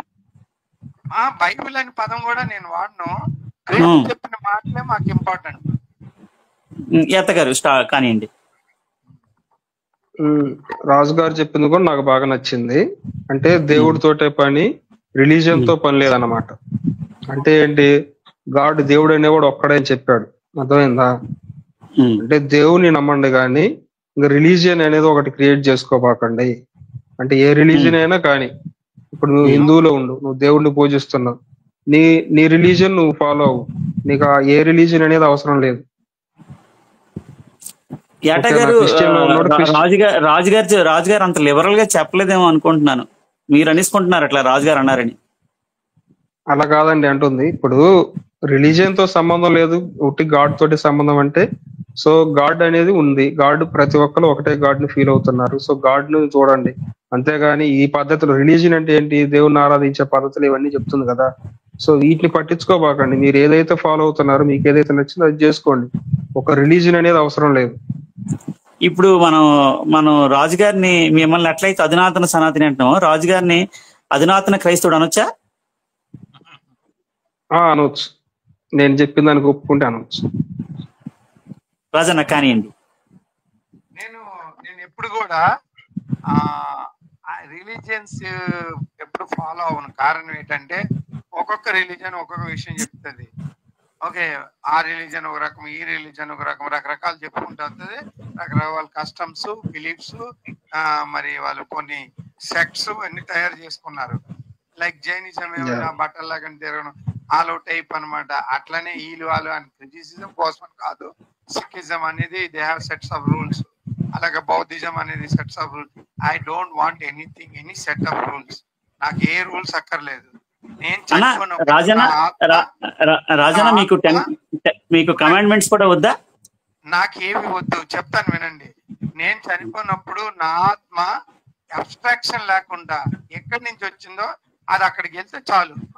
దీనికి ఏమైనా ఉంటే అవి క్రీస్తు చెప్పిన మాటలు నేను ఫాలో అవుతాను, అంతే నాకు కావాలి. అంతే. ఇప్పుడు రాజన్న, ఇప్పుడు మీ యొక్క భావనలు క్రైస్తవ్యంలోని ఎంత వెయిట్ ని క్రియేట్ చేస్తా ఉంటది, ఎంత వెయిటేజ్ ఉంటది క్రైస్తవ్యంలోని? మీ భావనలు దుర్బోధగా భావించరా? నా భావనలు దుర్బోధగా భావించరు. ఎందుకంటే నేను ఒకటే మాట చెప్పాను, ఎక్కడి నుంచి వచ్చానో అక్కడ తిరిగి వెళ్తానని. అందులో దుర్బోధం ఎక్కడ ఉంటది ఇంకా? అంటే ఇప్పుడు మీరు మాకేమి డాక్టర్ అండ్ డాగ్మా వద్దన్నారు కాబట్టి మీరు 10 కమాండ్మెంట్స్ డాక్టర్ అండ్ డాగ్మా లేకుండా, అంటే వాక్యం లేకుండా మీరు ఏ విధంగా క్రైస్తవుడు అవుతారు? క్రైస్తవులకి ఏ ప్రిన్సిపల్స్ అసలు క్రైస్తవుడు కూడా అవసరం లేదంట. అతను క్రైస్తవుడు అనిపించుకోవాల్సిన అవసరం లేదు. ఎవరు రిలీజియన్ అవసరం లేదండి కాదు. ఇప్పుడు రాజన్న అనలేదు క్రైస్తవుడు అనిపించుకోవాల్సిన అవసరం లేదు అనట్లేదు. రిలీజియన్ అవసరం లేదండి, అదే కదా మీనింగ్. రిలీజియన్ లేకపోతే క్రైస్తవుడు అనేది ఎలా వస్తుంది? అంటే మనం అతని నోట్లోని మనం మాటలు పెట్టద్దు. ఏటా గారు అతను ఏమంటున్నారో విందాం మనం. బ్రదర్, ఇప్పుడు నేను క్రైస్తవుడిగా పిలిపించుకొని డబ్బా కొట్టి నాకేం అక్కర్లేదండి. నాకు సింపుల్ అంటే నేను ఈ లోకంలో వచ్చాను, 78 years బ్రతుకుతున్నాను. నేను కొత్త తప్పులు చేశాను, వీటికి పరిహారంగా యేసుక్రీస్తుని నమ్ముకున్నాను, పరలోకి వెళ్ళిపోతాను. ఓకే, అయితే ఇప్పుడు రాజన్న, ఇప్పుడు మీరు చాలా వెరీ క్లియర్ గా నేను ఎక్కడి నుంచి వచ్చానో అందులోకే వెళ్ళిపోతాను, అదే నాకు ముక్తి అనుకొని మీరు అనుకొని ఉన్నారు, అంతేనా? అంతే. కాబట్టి మీరు ఓవరాల్ గా చూస్తే మీరు హిందూగా కనిపిస్తున్నారు, నాకు క్రైస్తవుడిగా కనిపించలేదేటి? నాకు నువ్వు హిందువులా కనబడుతున్నా కానీ నా హృదయంలో క్రీస్తున్నాడు కదా. మీరు పెట్టుకున్న పేరు అంతే కదా, అది రిలీజియన్ వచ్చిన ప్రకారం పేరు. దేవుడు అంతే, దేవుడు అంతే నార్మల్ గా. బట్ నా హృదయంలో దేవుడు దేవుడు అందరు ఇప్పుడు హైందవుల్లో కూడా దేవుడు ఉన్నాడు. సో ఇప్పుడు మీరు ఆత్మ క్రీస్తు అని ఒక పేరు చెప్పారు. ఇదే భావనలు కలిగి ఉన్న వాళ్ళు ఆత్మ శ్రీకృష్ణుని ఒక మాట చెప్పినవాడు, లేకపోతే ఆత్మ పరమాత్మ అని ఇంకో మాట చెప్పినవాడు, అందరినీ ఒకే విధంగా ట్రీట్ చేయొచ్చా? నేను ఇందాకే చెప్పాను, యాతకి పేర్లు రకరకాలు ఉండొచ్చు, కానీ ఈ థియోరీ మాత్రం ఒకటేనండి, కాన్సెప్ట్ ఒకటే. అసలు ఆత్మ పరమాత్మ ప్రాబ్లం ఉండదండి. అయితే ఇప్పుడు మీ కమాండ్మెంట్స్ కానీ ఏదైతే వాక్యం కానీ లేకపోతే ఏదైతే సంబంధం లేకుండా నేను క్రీస్తులో చేరిపోతాను అనుకుంటే మీ దానికి ఆమోదం ఉందా మీ క్రైస్తవ సమాజంలో అడుగుతున్నాను. క్రైస్తవ సమాజంలో ఆమోదం ఉండే లేకపోతే నాకు అనవసరం అండి.